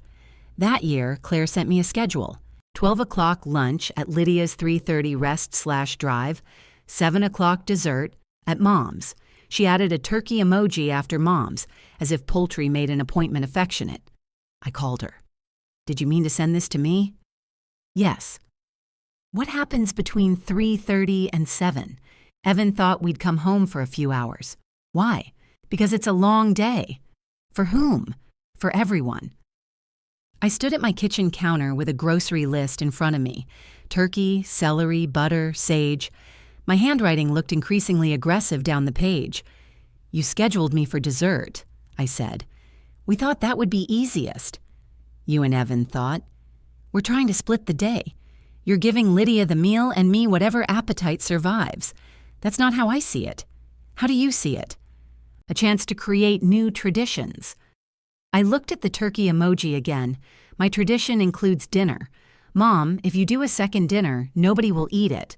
Then I won't invite people who already ate. Silence. What does that mean? It means I'm having Thanksgiving dinner at 4. Daniel and Marcus are coming. I invited Ruth. You already planned it? I started planning when Lydia warned me Evan had made a schedule without asking. Lydia warned you? She told me. Why is she discussing our plans behind our backs? They weren't our plans. Claire exhaled slowly. I pictured her pinching the bridge of her nose. We can come for dessert at 7, she said. I'm not holding dessert until 7, so we're not invited? You are invited at 4. You know we can't come at 4. I know you have another invitation, an obligation. That is not the same thing. It is when it's your husband's mother. And what am I? She went quiet. I wished I had not asked, not because it was unfair, but because I knew exactly what answer she thought would satisfy me. You're my mother, she said. then stop offering me the hours no one else wants. This is what married people do. We split holidays. Married people discuss holidays. They don't deliver schedules. Fine, I'm discussing it now. No, you're asking me to approve what you already decided. Her voice sharpened. What do you want me to do? Tell Lydia she gets nothing because you're making a point. I want you to choose your day and let me choose mine. You say that like choices don't hurt people. They do. That's easy for you now. The words stayed between us. She regretted them. I could hear it in the quickness of her next breath. I didn't mean, yes, you did. I'm trying to say you've gotten very comfortable with letting things hurt. No, I've gotten less comfortable being the only person they're allowed to hurt. She ended the call. 2 days later, a 6-pound turkey breast appeared on my porch in a grocery delivery. The gift note said, "Since you're only feeding 4, love Claire." I laughed so hard I had to sit down. Daniel was offended when he saw it. 6 pounds? It's enough. It's a turkey appetizer. There are 4 of us. Ruth eats. I heard that. Ruth came through the front door carrying a pie in each hand and a canvas bag full of wine. She wore a red sweater embroidered with leaves and the expression of a person prepared to be delighted by conflict. "I brought pecan and apple," she said. "And this." She pulled a plastic tub from the bag. "What is it?" Marcus asked. "Cranberry gelatin salad."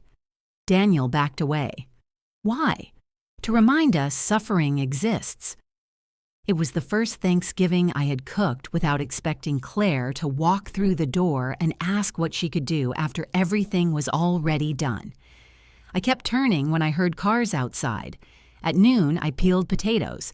At 1, I checked my phone and saw a photograph Lydia had posted. Her table was set with gold chargers and folded linen napkins. Evan stood behind her chair. Claire was beside him in the green dress she wore when she wanted to look calm. At 2, I burned my thumb on the roasting pan because I was looking at another photograph. Ruth took my phone away. "You don't need live coverage." I wasn't upset. "You put your hand on metal. That's unrelated. Your phone goes in the bedroom. This is my house." "Good. You know where the bedroom is." She carried it upstairs. At 4, Daniel carved the turkey breast with the grave concentration of a man performing surgery on a very small patient. "It's enough," I said. I didn't say anything. Your shoulders did. Marcus set bowls on the table. Ruth opened wine. We ate stuffing, mashed potatoes, green beans, turkey, and 1 ceremonial spoonful each of the cranberry gelatin. Daniel chewed his, swallowed, and said, "This has a texture I associate with punishment." "It has walnuts," Ruth said. "That's not the defense you think it is." We laughed. The sound filled the dining room differently than the old Thanksgivings had. There were fewer chairs. Nobody complained about where they sat. Nobody asked me to warm a roll after I had finally joined the table. It was good. It also hurt. Both things stayed true through dinner. At 5:20, the doorbell rang. Claire stood on the porch holding a bakery pie and wearing the green dress from Lydia's photograph. Her hair had lost some of its shape around her face. She looked tired. "You came," I said. She lifted the pie. "I brought pumpkin." I stepped aside. She looked into the dining room. The plates had been cleared. Daniel and Marcus were at the sink. Ruth was wrapping leftovers in foil. "You already ate." "We said 4. I thought you'd wait a little." "Why?" "Because I was coming." "You didn't say that." I texted. Ruth appeared in the doorway. "Your phone is upstairs." Claire looked at her. Ruth smiled. "I confiscated it for public health." "Hi, Ruth. Happy Thanksgiving." Daniel came out of the kitchen drying his hands. He stopped when he saw Claire. "Hi," she said. "Hi." Marcus stepped around him and hugged her. "You want wine?" "I can't stay." Her eyes moved back to me. "We're supposed to be at home resting." "Then why are you here?" "I wanted to see you." The answer was simple enough to make everyone else look away. I touched her arm. "I'm glad you came." Some of the tightness left her face. She set the pie on the table. "Evan thinks I'm picking a fight." "By coming here?" He thinks I should have waited until 7 like we planned. You didn't plan 7 with me. I know. It was a small admission. I let it remain small. Sit down, I said. I'll make coffee. She sat in her old chair. Daniel took the chair across from her but did not speak. Marcus put the pecan pie back on the table. Ruth produced whipped cream from the refrigerator and shook the can long enough to threaten the ceiling. For a few minutes, we managed. Claire asked about the turkey. Daniel said it had been diminutive but brave. Ruth described catching me with my phone near the roasting pan. Marcus poured coffee and quietly cut Claire a slice of pie. Then Claire looked at Daniel. Are you ever going to call me back? He set down his fork. I didn't know what to say. You could have said Happy Thanksgiving. You could have said you were sorry. I apologized to Mom. You told me she was vindictive. That was before we talked. So call me and say you were wrong. Claire's mouth tightened. You left my reception. You removed Mom from your wedding. I did not remove her. Daniel turned to me. You see? Do not bring me into this. You're already in it, Claire said. I am the subject. I am not the referee. Daniel leaned back. Claire looked from him to me. This is exactly what Evan said would happen. What? I asked. You and Daniel would build a version of the family where I'm the bad person and everyone gets to feel righteous. That isn't what's happening, Marcus said. She turned on him. You told Evan to go to hell? Marcus considered this. I told him his request could go to hell. What request? To sit Daniel in your mother's empty chair for the photographs. Claire stared at him. He told me Daniel refused, she said. He left out the wording, Marcus replied. Her face changed. Not enough for Daniel, apparently. Ask your husband why, he said. Daniel, I warned. No. She keeps defending a man who cared more about wide shots than whether her mother was there. Claire stood. I knew this was a mistake. I stood too. Sit down. I have to go. You came because you wanted to see me. Don't let one argument erase that. Her eyes flashed toward Daniel. Tell him. I will speak to him. I am asking you to stay. For a moment, I thought she might. Then her phone rang. Evan. She answered. I'm leaving now. His voice carried through the phone, not words, only tone. I said, I'm leaving. More tone. I'm not doing this in front of everyone. She hung up. Ruth suddenly became fascinated by the whipped cream cap. Marcus looked at the table. Daniel's anger drained into something less certain. Claire picked up her purse. I'm sorry, she said to me. For what? For coming. That is not what you should be sorry for. She walked out before I could stop her. I followed without my shoes. The air had turned cold. Claire was halfway to her car. Claire. She stopped but did not turn. You are allowed to come to my house. I know. Do you? She faced me. Tears stood in her eyes. He said if I came, I was proving that nothing we decide as a couple matters to me. You didn't decide it as a couple. I agreed. Because you wanted to? Because somebody had to stop arguing. The porch boards were cold beneath my feet. That person is always you, I said. She wiped her cheek angrily. No, it used to be you. A car passed at the end of the street, headlights moving across us. There was no cruelty in her face when she said it. Only exhaustion and, beneath that, recognition. Come inside, I said. I can't. You can. He'll be furious. Yes. The answer startled her. So did the fact that I did not tell her his anger would pass, or that I would call him, or that she should go protect the evening. Claire looked toward the house. Through the dining room window, Daniel had moved away from the table. Ruth was gathering plates. Marcus stood near the curtains, carefully not watching. I'm not ready, she whispered. All right. She got into her car. I stayed in the yard while she backed out. At the corner, her brake lights remained bright for several seconds before she turned toward home. When I went inside, Daniel began, Mom, No. He stopped. You made her defend herself when she came here alone? She needed to hear no. You needed to say it. He looked wounded. I let him. You don't get to use what happened to me as permission to punish your sister. I'm not punishing her. That is what it felt like. The same confusion crossed his face that I had seen on Claire's when I refused the gift returns. Boundaries did not make me right about everything. That was the less satisfying part. Daniel picked up his coat. Marcus did not move to follow. I'm going outside, Daniel said. Put on both shoes, I replied. The door closed behind him. Ruth set Claire's untouched pumpkin pie in the center of the table. Well, she said, this holiday has too many desserts and not enough emotional supervision. Marcus laughed quietly. I looked at the chair where Claire had sat. Beside her coffee cup was the folded napkin she had been twisting beneath the table. She had pulled one corner so tightly it had torn. I smoothed it flat with my palm. Then I went upstairs, retrieved my phone, and read the message she had sent at 4:12.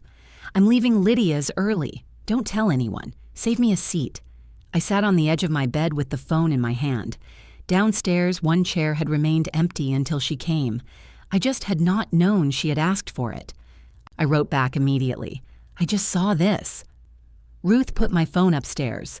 I'm sorry. There was a seat for you. The message showed as delivered, then read. Nothing followed.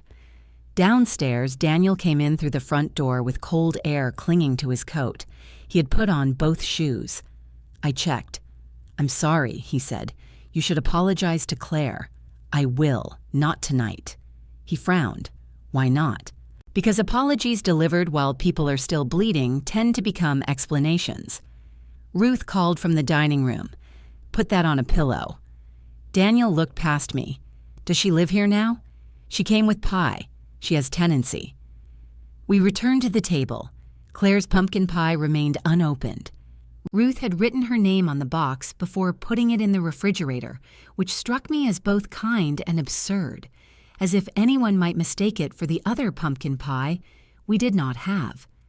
Daniel and Marcus left near 9. At the door, Daniel hugged me longer than usual. I really am sorry. I know. I thought I was defending you. You were. He waited. That doesn't mean you did it well. Marcus covered a smile with his hand. After they left, Ruth helped me stack containers. You want me to stay? She asked. No. Good. My elastic waist pants are at home. She put on her coat, then pointed toward my phone. Don't spend the night trying to repair a conversation by yourself. I'm not repairing anything. You have your sewing face. I have one face. Everybody in this family has multiple faces. Daniel alone has at least 3. She left with turkey, stuffing, and half the gelatin salad. I suspected the last item was malicious. Claire answered at 11:16. I know you didn't see it.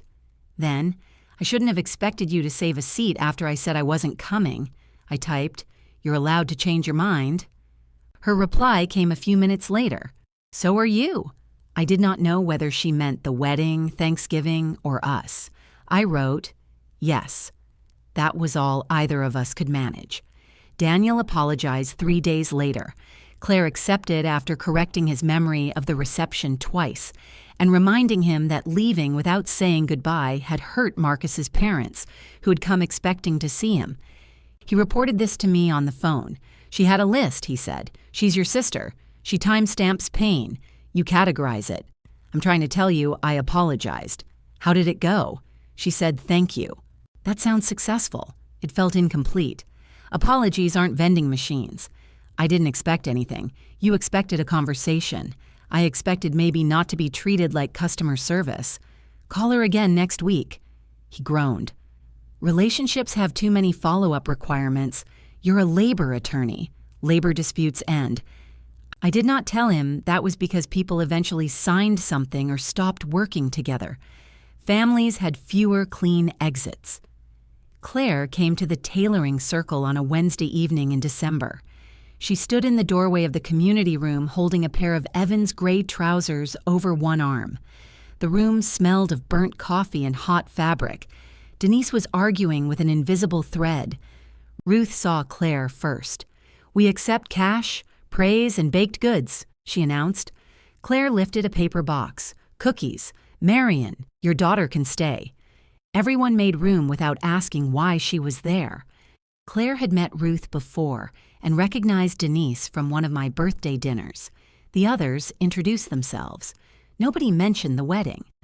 I knew Ruth had protected the story because Carolyn asked Claire whether married life was still shiny. Very shiny, Claire said. She set Evan's trousers in front of me. What happened? He caught the pocket on a cabinet handle. I inspected the tear. The fabric pulled away from the seam. Can you show me how to fix it? You want to fix it? He asked if you could. There it was. Claire saw my face. But I want to, she added quickly. I told him I'd learn. I slid the trousers back to her. Choose thread. She went to the cabinet and returned with charcoal. Too dark, I said. It's gray. There are 50 grays. That seems excessive. Marriage has more. Ruth barked a laugh from the ironing board. Claire found a better match. I showed her how to turn the pocket inside out and reinforce the torn edge before closing the seam. She worked slowly, pricking her finger once and swearing under her breath. Language, Denise called. You've been cursing at that bobbin for an hour, Claire said. That's technical terminology. By the end, the repair was not pretty, but it would hold. Claire rubbed the seam between her fingers. I did it. You did. Her smile was open and pleased. For a moment, she was simply my daughter showing me something she had made. Then her phone rang. She looked at the screen and silenced it. Evan called again. You need to answer? I asked. No. A third call came. The room had gone quieter around us, though everyone pretended otherwise. Claire took the phone into the hallway. Through the open door, I heard her say, I told you where I was. A pause. No, I'm not asking Mom to do it. I fixed it. Another pause. I don't know why you're making it sound like that. She moved farther down the hall. Ruth brought me a stack of shirts that did not need my immediate attention. Don't stare, she murmured. I'm not. You're ironing the table with your eyes. Claire returned 5 minutes later. Her color was high. Everything okay? I asked. Fine. Marcus had proposed banning that word. I understood why. She folded the trousers. Evan wanted to know when I'd be home. What time did you tell him? I didn't. I waited. She placed the trousers in her bag. He thinks I came here to talk about him. Did you? No. Then tell him that. I did. And? He thinks you're trying to turn me against him. I looked around the room. Carolyn was replacing buttons on a blazer. Denise had finally conquered the bobbin. Ruth leaned against the iron with no pretense of privacy. I showed you how to repair a pocket. I know. Did it work? Are you against him now? Claire almost smiled. Then the smile went away. He says you've changed. Have I? Yes. The answer was immediate. Is that bad? I don't know yet. She sat beside me again. Everyone else returned to their work with exaggerated concentration. On Thanksgiving, Claire said quietly, he told me coming to your house was disloyal. To him? To us. What did you think? I thought he was being dramatic. And now? I think he believed it. The distinction mattered. I folded my hands over the shirt in front of me. What happened after you left? We fought. About me? At first. And then? She looked at the needle marks in the table. He said, I always run to you when something is hard. I said, he does the same thing with Lydia. He said it's different because she doesn't have anyone else. The old arithmetic. What did you say? I said she has friends. She has Aunt Carol. She has a standing lunch every Thursday with 3 women who wear matching visors. That sounds organized. She has more of a social life than we do. Claire rubbed her thumb against her new ring. He said I was mocking her loneliness. Were you? No. Then what do you think happened? Her eyes lifted to mine. You keep doing that. What? Making me say what I think. I'm trying. Well, stop. She stood so abruptly that the chair legs squealed. Several women looked up. Claire took a breath. I'm sorry. I didn't mean... You don't need to apologize to the room, Ruth said. The room has heard worse. I need to go. I followed her into the hallway. The overhead light buzzed. At the far end, a paper snowflake hung crooked over the exit. "You wanted me to tell you Evan was wrong," I said. "Yes. And if I had, I would have told you not to interfere in my marriage." She crossed her arms. "Probably. You're angry because I won't give you a fight you already know how to have." "That sounds like therapy language," Daniel warned me. She laughed once, unwillingly. Then her expression softened. "I miss you. I'm here." "No, I miss calling you and not wondering what every sentence means. I miss that too. Can't we go back?"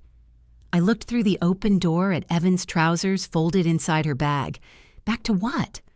Her eyes filled. I wanted to take the question away. I wanted to tell her we could go back if she needed it badly enough. Instead, I put my hand on her shoulder. "We can build something that doesn't require either of us to pretend." That sounds hard. It probably is. Her phone rang again. This time she answered. "I'm leaving now," she said. "Yes, I have the pants." When she hung up, she looked embarrassed. "He needs them tomorrow." I heard. I was supposed to drop off a prescription at Lydia's, too. The pharmacy closes at 9. Did you agree to do that? Evan said I was already out. Did you agree? She gave me a tired look. "It's a prescription, Mom. That isn't what I asked. Why does everything have to become a lesson with you?" "It doesn't. It feels like it." She picked up the bag. At the exit, she stopped beneath the crooked snowflake. "Sometimes it's easier to just do the thing." "I know. You always knew that." "Yes." She looked at me as if my agreement had betrayed her. Then she left. I returned to the table. Ruth handed me the shirt I had been folding. "You all right?" "No. Good. Honest word." The shirt's left cuff had torn loose. I threaded a needle and began reinforcing it. An hour later, Claire sent a photograph of the repaired trousers laid flat on a bed. "He said the seam looks good." I typed, "It does." Then she wrote, "The pharmacy was closed when I got there. He said I should have left earlier." I held the phone for a long time. "What did you say?" Her answer took 12 minutes. That I was helping my mother. Another message followed. "He said you're stronger than Lydia. You can handle being disappointed." The room had emptied. Ruth was turning off the irons. I read the sentence again. I could hear Claire saying it on the morning of the wedding, though she had used different words. I could hear myself accepting it for years. I wrote, "Being strong doesn't make you the designated person to hurt." The dots appeared, then disappeared. Finally, Claire answered, "I know." It was the first time she said it without asking me to make the knowledge easier. 3 days later, Claire called to ask whether I wanted to see a movie. Not whether I wanted to help choose curtains, return a gift, alter a dress, or bring anything with me. A movie. "What's the occasion?" I asked. "People are allowed to watch movies with their mothers." "Which movie?" "I don't care.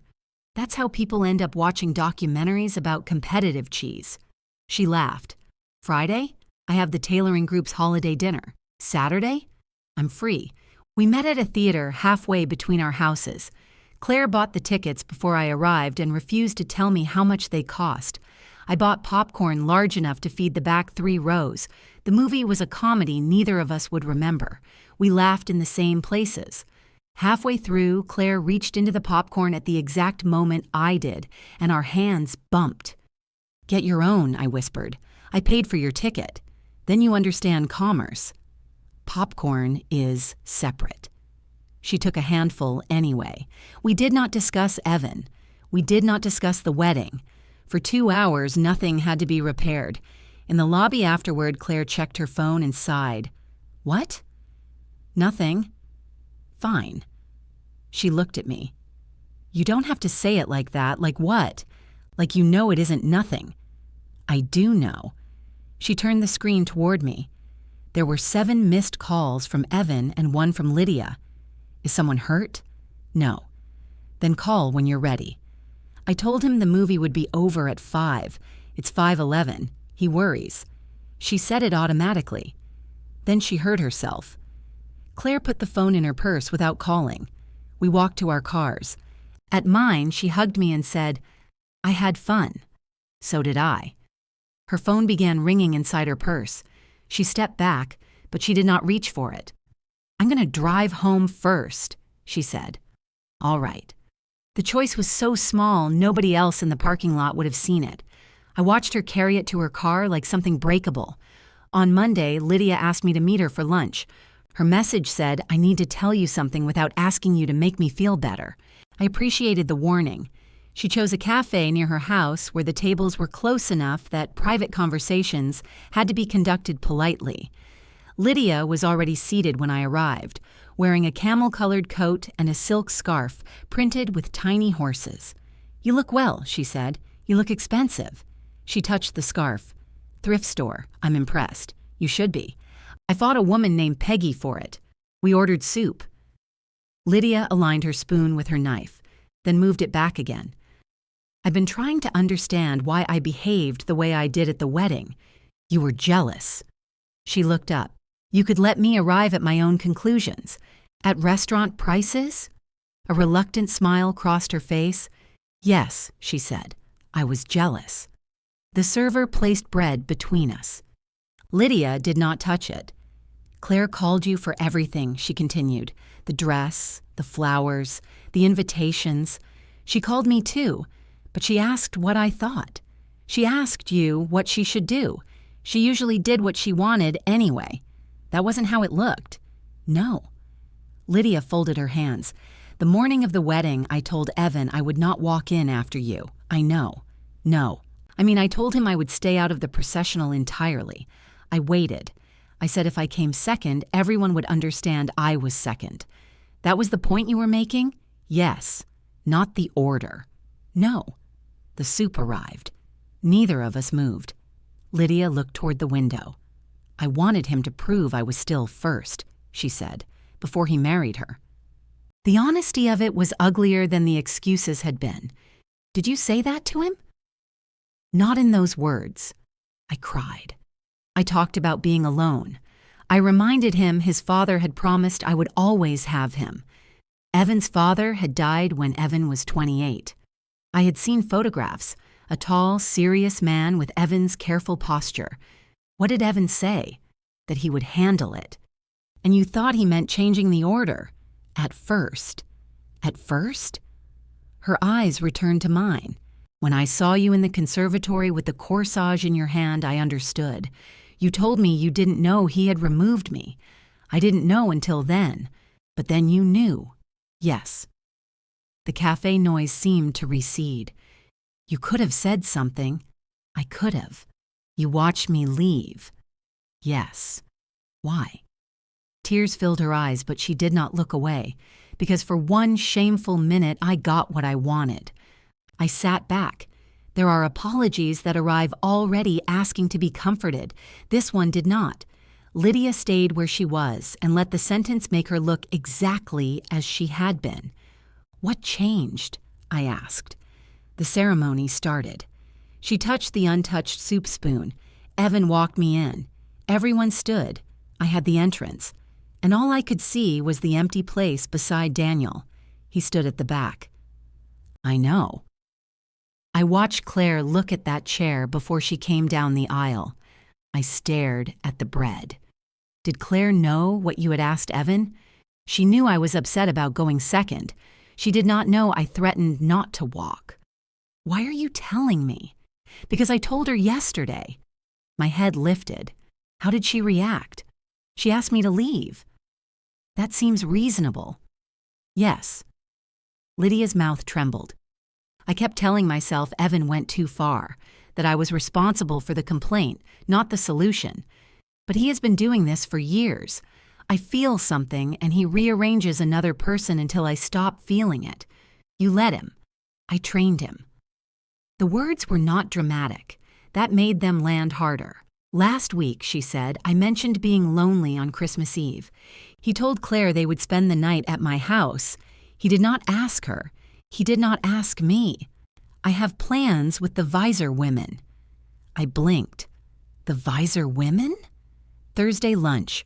We're going to midnight service and then Carol's house." "Aunt Carol is coming? I'm going to Ohio." Evan knows. He does now. Despite myself, I smiled. He accused me of punishing him, by having plans, by refusing to need him. That sentence sat between us. Lydia finally tasted her soup. It had likely gone lukewarm. "What do you want from me?" I asked. "I don't know." That sounds honest. I suppose I wanted to say the whole thing once without Claire having to decide whether to defend me. "Did you apologize to her?" "Yes." "Did you ask her to forgive you?" "No." "Good."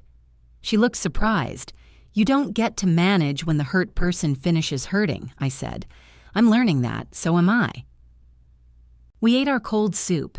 When the check came, Lydia reached for it. "I invited you. I can pay for myself." "I know." Her hand remained on the folder. After a moment, I let go. Not every acceptance was surrender. Claire was waiting in my driveway when I got home. She sat behind the wheel with both hands resting on top of it. I parked beside her and waited. She got out carrying no purse. "Did you know?" "Not until today."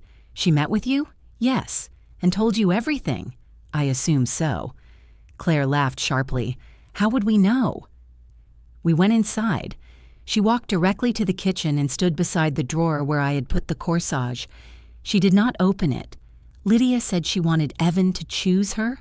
Yes, she said she knew what he had done before you left. Yes, she let me marry him without telling me. You were already about to marry him.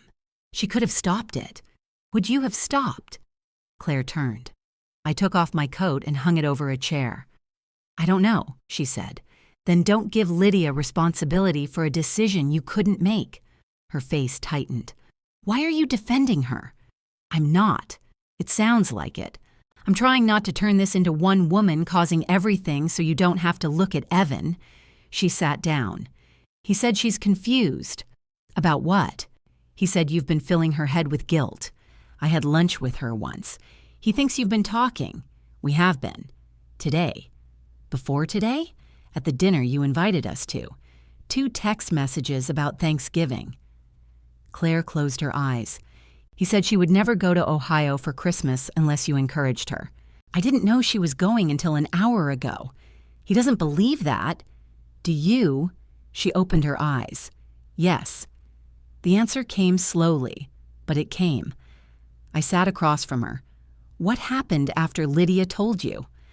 I asked Evan whether he knew she threatened not to walk. "And?"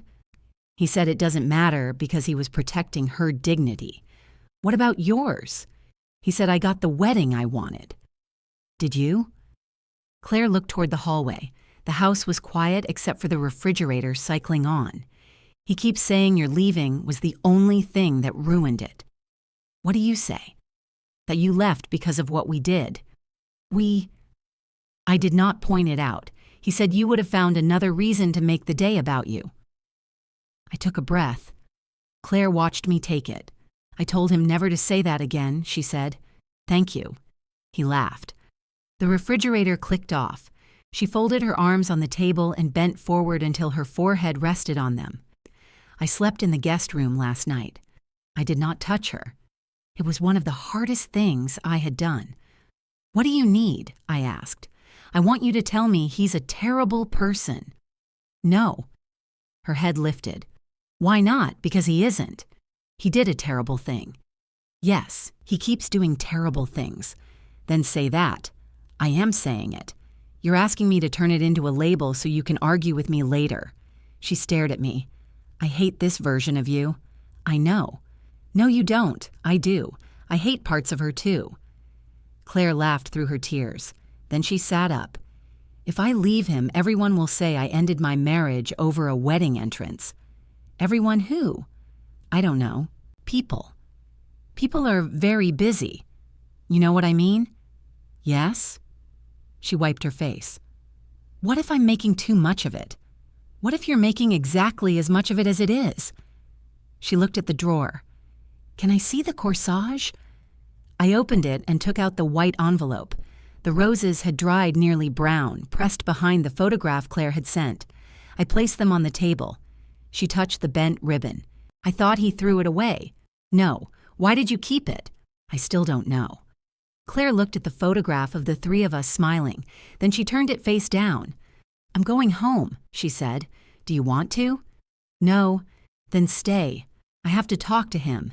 You can stay and talk tomorrow. If I stay, he'll say you kept me. I won't keep you. That hurt her. I saw it. So I added, but you can choose to stay. She stood in the kitchen for a long time with her coat still off. Then she picked it up. At the door, she said, I'm going to tell him Christmas Eve is mine. He can go wherever he wants. All right. And I'm not going to Lydia's to deliver anything. All right. You don't sound proud. This isn't for me. She nodded. Her hand rested on the doorknob. What if he leaves? You'll be hurt. That's it? No. But that part is true first. She opened the door. Cold air entered around her. After she drove away, I returned to the kitchen. The corsage and photograph remained on the table where she had left them. Her chair was pushed back, angled toward the door. I did not straighten it. Claire did not call that night. At midnight, I moved her chair back under the table. I put the photograph into the white envelope, wrapped the corsage in fresh tissue, and returned both to the drawer. The next morning, Lydia texted me from the airport. Carol has already criticized my suitcase. Ohio may kill me, but it will not be loneliness. I sent back, have a good trip. A second message arrived. Evan came over last night. I did not let him stay. I looked at the words. Why did he need somewhere to stay? Ask Claire. I did not. That was new too. I went to the grocery store, finished wrapping presents, and made soup from vegetables that were starting to lean. Every time the phone rang, I checked. Every time it was someone else, I felt relief followed by disappointment. Claire finally called the afternoon before Christmas Eve. Hi.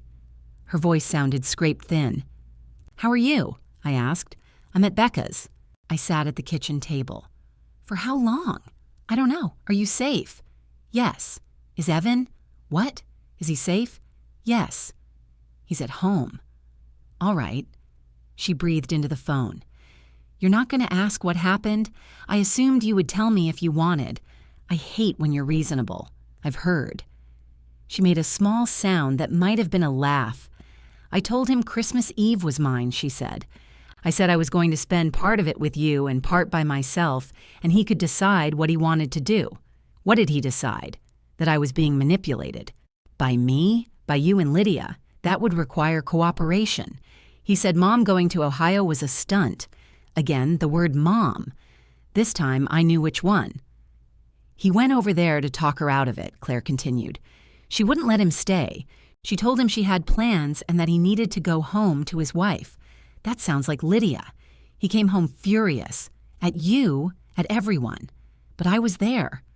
The sentence tightened something in my chest. Did he frighten you? No, not like that. He didn't threaten me or touch me. He just kept talking. Every time I tried to leave the room, he followed me. What did he say? That I was allowing our families to sabotage us. That Lydia was humiliated because everyone knew she was leaving town to avoid conflict. Did Lydia say she was humiliated? No. She told him she was excited. Then why would you apologize?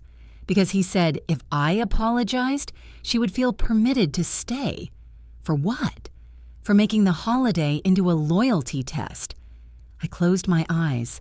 The phrase had come full circle. My boundary became a test. Lydia's plans became a test. Claire's refusal became a test. Everything was a test except Evan's demand that people prove they loved him by doing what he had already decided. What did you say? I said I wasn't apologizing. The pride that rose in me was immediate. I did not put it into my voice.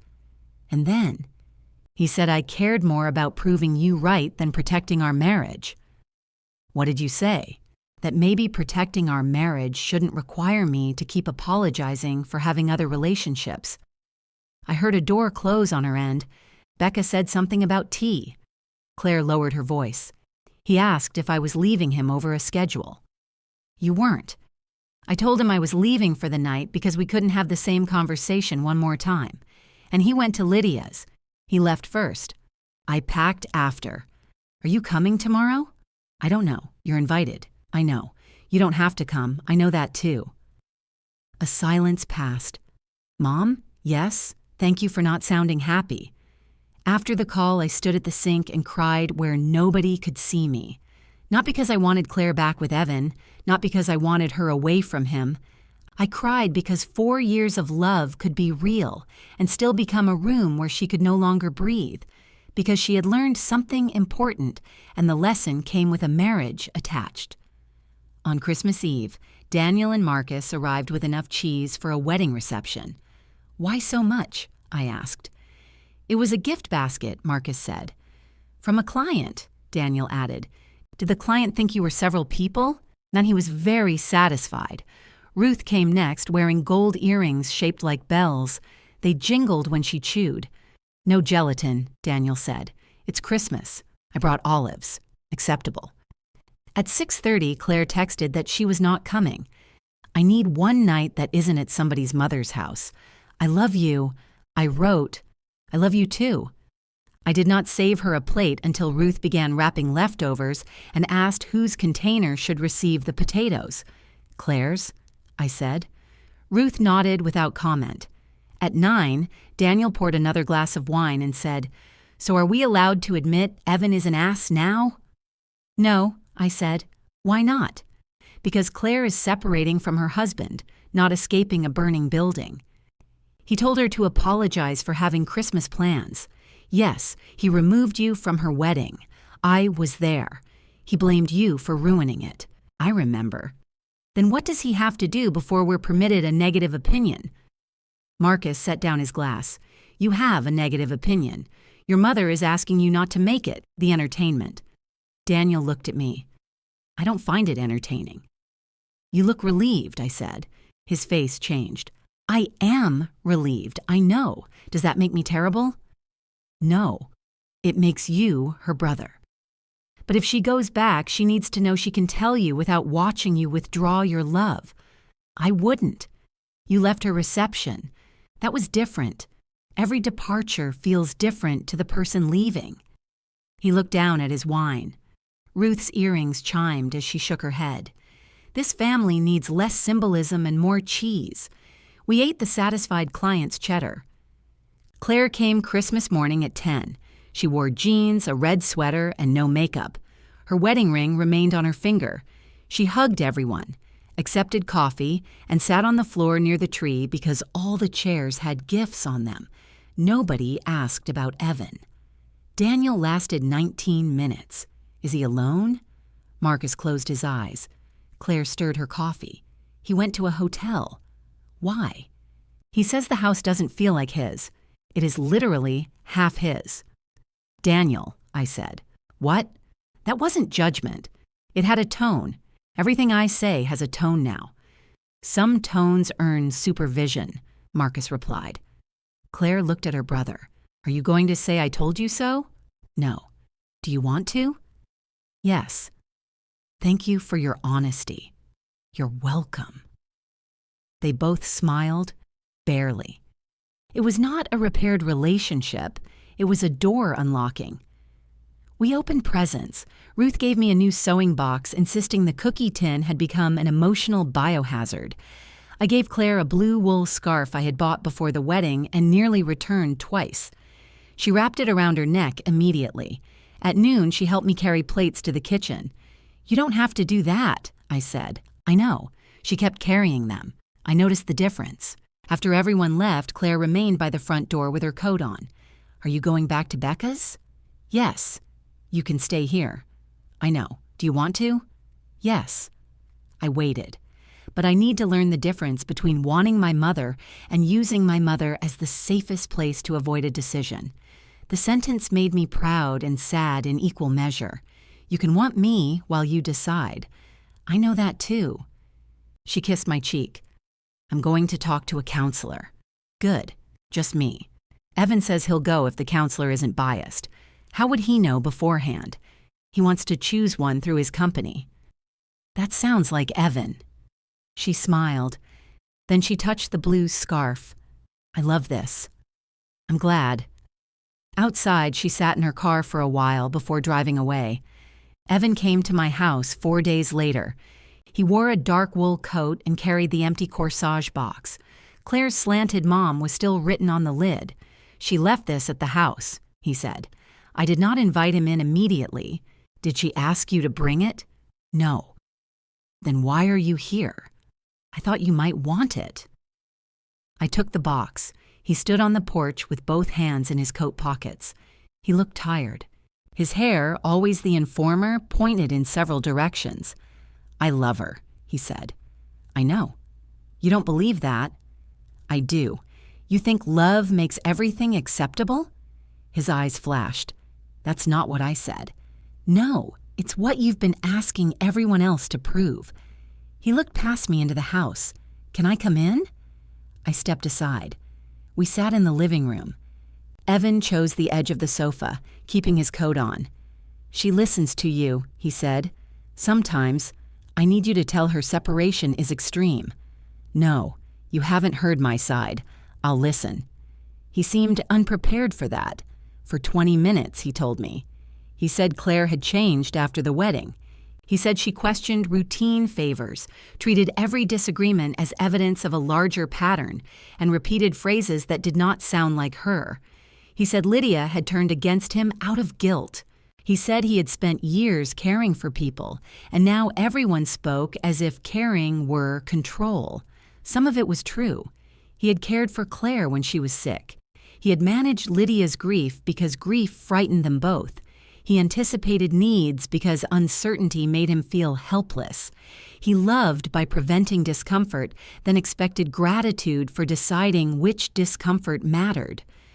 "When do you listen?" I asked. "I'm listening now." "To Claire." "She talks. That wasn't my question." His mouth tightened. "She says she needs space." "Then give it to her. And if space becomes permanent, that is possible." He looked at me with open anger. "You want that?" "No. You walked out of our wedding and now my marriage is falling apart. Your marriage is asking whether Claire can say no to you. She said no all the time. Did it change anything?" He stood. At the door, he said, "She told me she learned this from you. I learned it because of you." For a moment, neither of us moved. Then he left. I closed the door and opened the corsage box. Inside was nothing but a faint green stain where the flower stems had rested. Claire called that evening. "Did Evan come to see you?" "Yes." "I'm sorry." "You didn't send him?" "No." "Then don't apologize." She was quiet. "I told him I want a real separation," she said. "Not 3 nights at Becca's. Time apart. How do you feel?" "Like I'm tearing my own house in half." I sat down with the empty box in my lap. "You don't have to make it sound brave," I said. "Good, because I don't feel brave." "You don't have to." "What do I have to do? Be honest about what it costs." She breathed out slowly. "Will you meet me Sunday?" "Of course. By the river, where we used to walk." I looked at the empty corsage box. "Yes," I said, "bring the flowers." After we hung up, I opened the kitchen drawer and placed the empty box beside the envelope. For the first time, the corsage had somewhere it could fit. I did not put it inside. Not yet. On Sunday, I carried the envelope and empty corsage box in my handbag. The river path was nearly deserted. The sky had the flat white color of old paper, and patches of snow lingered beneath the trees where sunlight could not reach them. Claire waited near a bench in the blue scarf I had given her. She looked toward my handbag. "You brought it?" "Yes." "Can I see?" I sat beside her and took out the envelope. The photograph came first. Claire between Lydia and me in the bridal suite, all 3 of us smiling into the version of the day the camera had been hired to preserve. She turned it over. "This is how I want to remember us." "I shouldn't have written that," she said. "It was how you wanted to remember it. It was how I wanted you to agree to remember it." She placed the photograph on the bench and unwrapped the corsage. The roses were brown and papery. One separated from its stem when she touched it. "I thought they'd still look like flowers," she said. "They've had a difficult few months." She gave me a sad smile. Do you want the box? I asked. I wanted you to put them back in it. Why? I don't know. That seems to be our answer about these flowers. She held the empty box in one hand and the loose corsage in the other. I kept picturing you driving home with them, she said. I didn't know where you put them. In the kitchen drawer. With what? Batteries? Menus? Old keys? Claire laughed softly. That's terrible. It was not a curated display. Did you open the drawer every day? At first, and then? Less. She fitted the corsage into the box. It no longer lay neatly in the original indentation. The stems had twisted as they dried, and the loose rose rolled toward the corner. Claire tried to straighten it. You can't make it look the way it did, I said. I know. She stopped. We sat with the box open between us. I signed a 3-month lease, she said. Where? An apartment near Becca. 1 bedroom. The kitchen has cabinets painted the color of wet cardboard. Charming. I move next Saturday. Does Evan know? Yes. How did he take it? He asked why I needed an apartment if I wasn't sure I wanted a divorce. What did you say? That uncertainty needs somewhere to live. I looked at her. That's good. My counselor said it. Still good. Claire closed the corsage box. We had 1 session together. How was it? Awful. Useful awful or pointless awful? I don't know yet. Evan spent the first 20 minutes explaining the wedding schedule. He brought a printout. That sounds like Evan. The counselor asked why being understood mattered more to him than understanding me. What did he say? That understanding requires accurate facts. I could hear him saying it. Claire traced the edge of the box. I still love him. I know. Sometimes I miss him so much I can't breathe. Then I remember standing in the hallway while he took those flowers off you, and I hate him. You don't have to choose one feeling. It would be easier. Yes? He says if I would come home, we could fix this in the house we built together. Do you want to? Some days, and other days. I sleep through the night at Becca's. We watched a pair of geese step onto the frozen edge of the river, reconsider, and return to the bank. Claire set the box in her lap. Do you remember what I said at coffee? That I was scared to start my marriage with him angry? Yes. I keep thinking about that. I was more afraid of his anger than I was of your pain.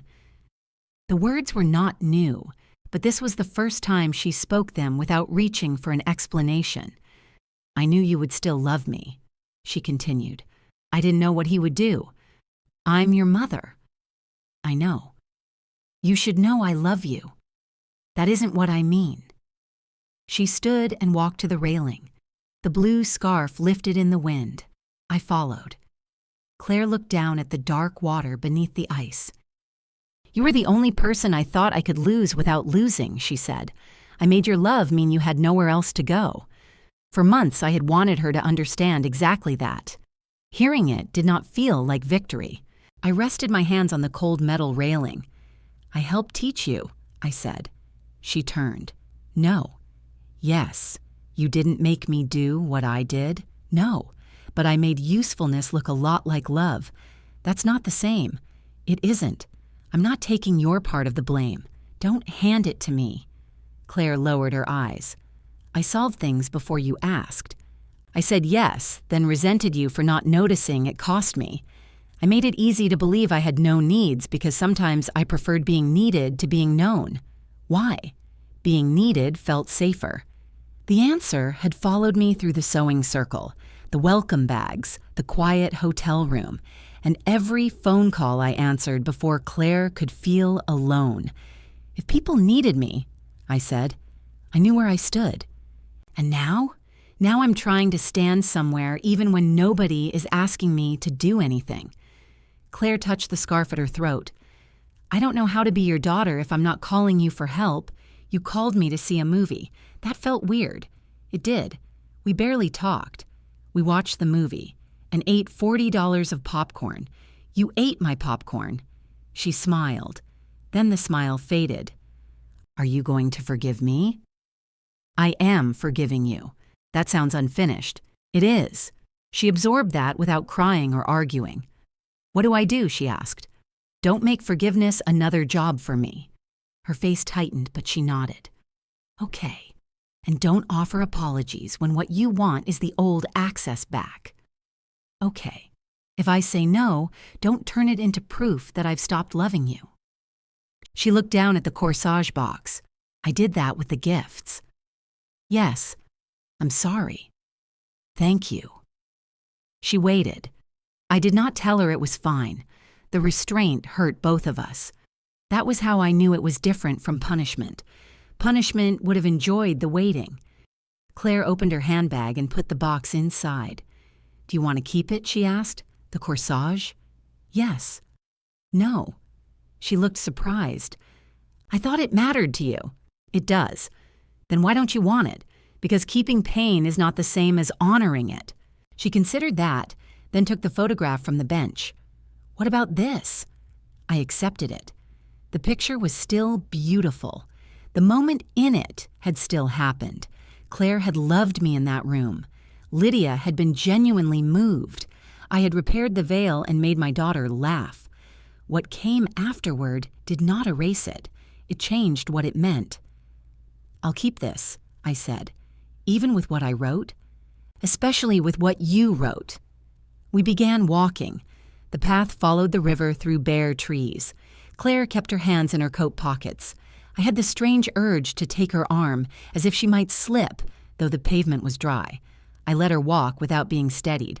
After a while, she said, "I need help moving." I looked at her. She laughed. That sounded bad. A little. "I can hire movers." "I am hiring movers. I wanted to ask if you'd come over after and help me decide where to put things. For how long?"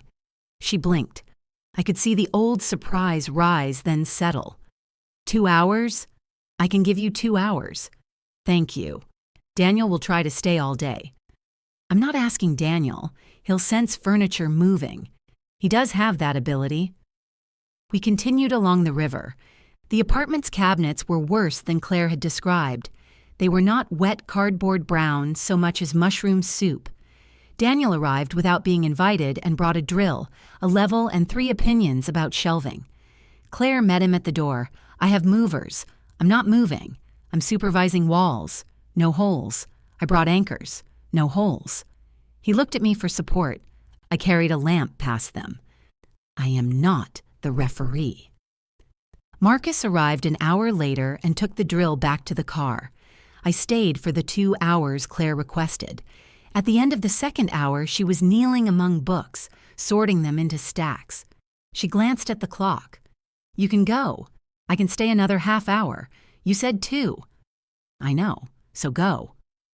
There was no anger in it, no test. I kissed the top of her head and left. In the parking lot, I cried again. This time, it was relief. The separation continued. Evan attended counseling with Claire twice more, then stopped after deciding the counselor treated his planning as pathology. He wrote Claire long messages explaining the difference between control and responsibility. Some nights she called me after reading them. Other nights she turned off her phone and slept. She did not file for divorce that winter. She did not move home either. When people asked, she said they were separated and working out what that meant. The uncertainty embarrassed her at first. Eventually, she stopped giving people enough information to judge whether she was doing it correctly. Lydia returned from Ohio with a sweatshirt that said Cleveland in letters large enough to be seen from space. She brought it to my house as proof that Aunt Carol had tried to ruin her. "You wore it here," I pointed out. "It's warm." She and I did not become best friends. She apologized again once, without mentioning Claire's pain or asking me to reassure her. I accepted. Daniel called his sister on Sundays. Some weeks they fought, some weeks they discussed television. Marcus reported that this was progress. Claire and I started having coffee twice a month. The first time she asked me to alter a jacket, I said I was busy. She stared at me for a second, then said, "Can you show me another week?" I could. The photograph from the bridal suite went into a frame on my dresser. I did not crop Lydia out. I did not cover Claire's handwritten sentence on the back. By spring, the river path had turned green. Claire met me there one Saturday carrying 2 cups of coffee. Her blue scarf was folded over one arm, though the day was too warm for it. We stood near the bench where she had placed the dried corsage in its box. "Do you still have the flowers?" I asked. "No." "What did you do with them?" "I threw them away." The answer surprised me. "The box too?" "No, I kept the box." "Why?" She smiled. "Still don't know." We drank our coffee. After a while, Claire nodded toward the path. "Walk with me?" Not ahead of her. Not behind. Not through a side entrance before anybody could see. With her. I took the cup from her right hand and moved it to her left. Then I slipped my arm through hers. We walked beside the river at the same pace, neither of us leading.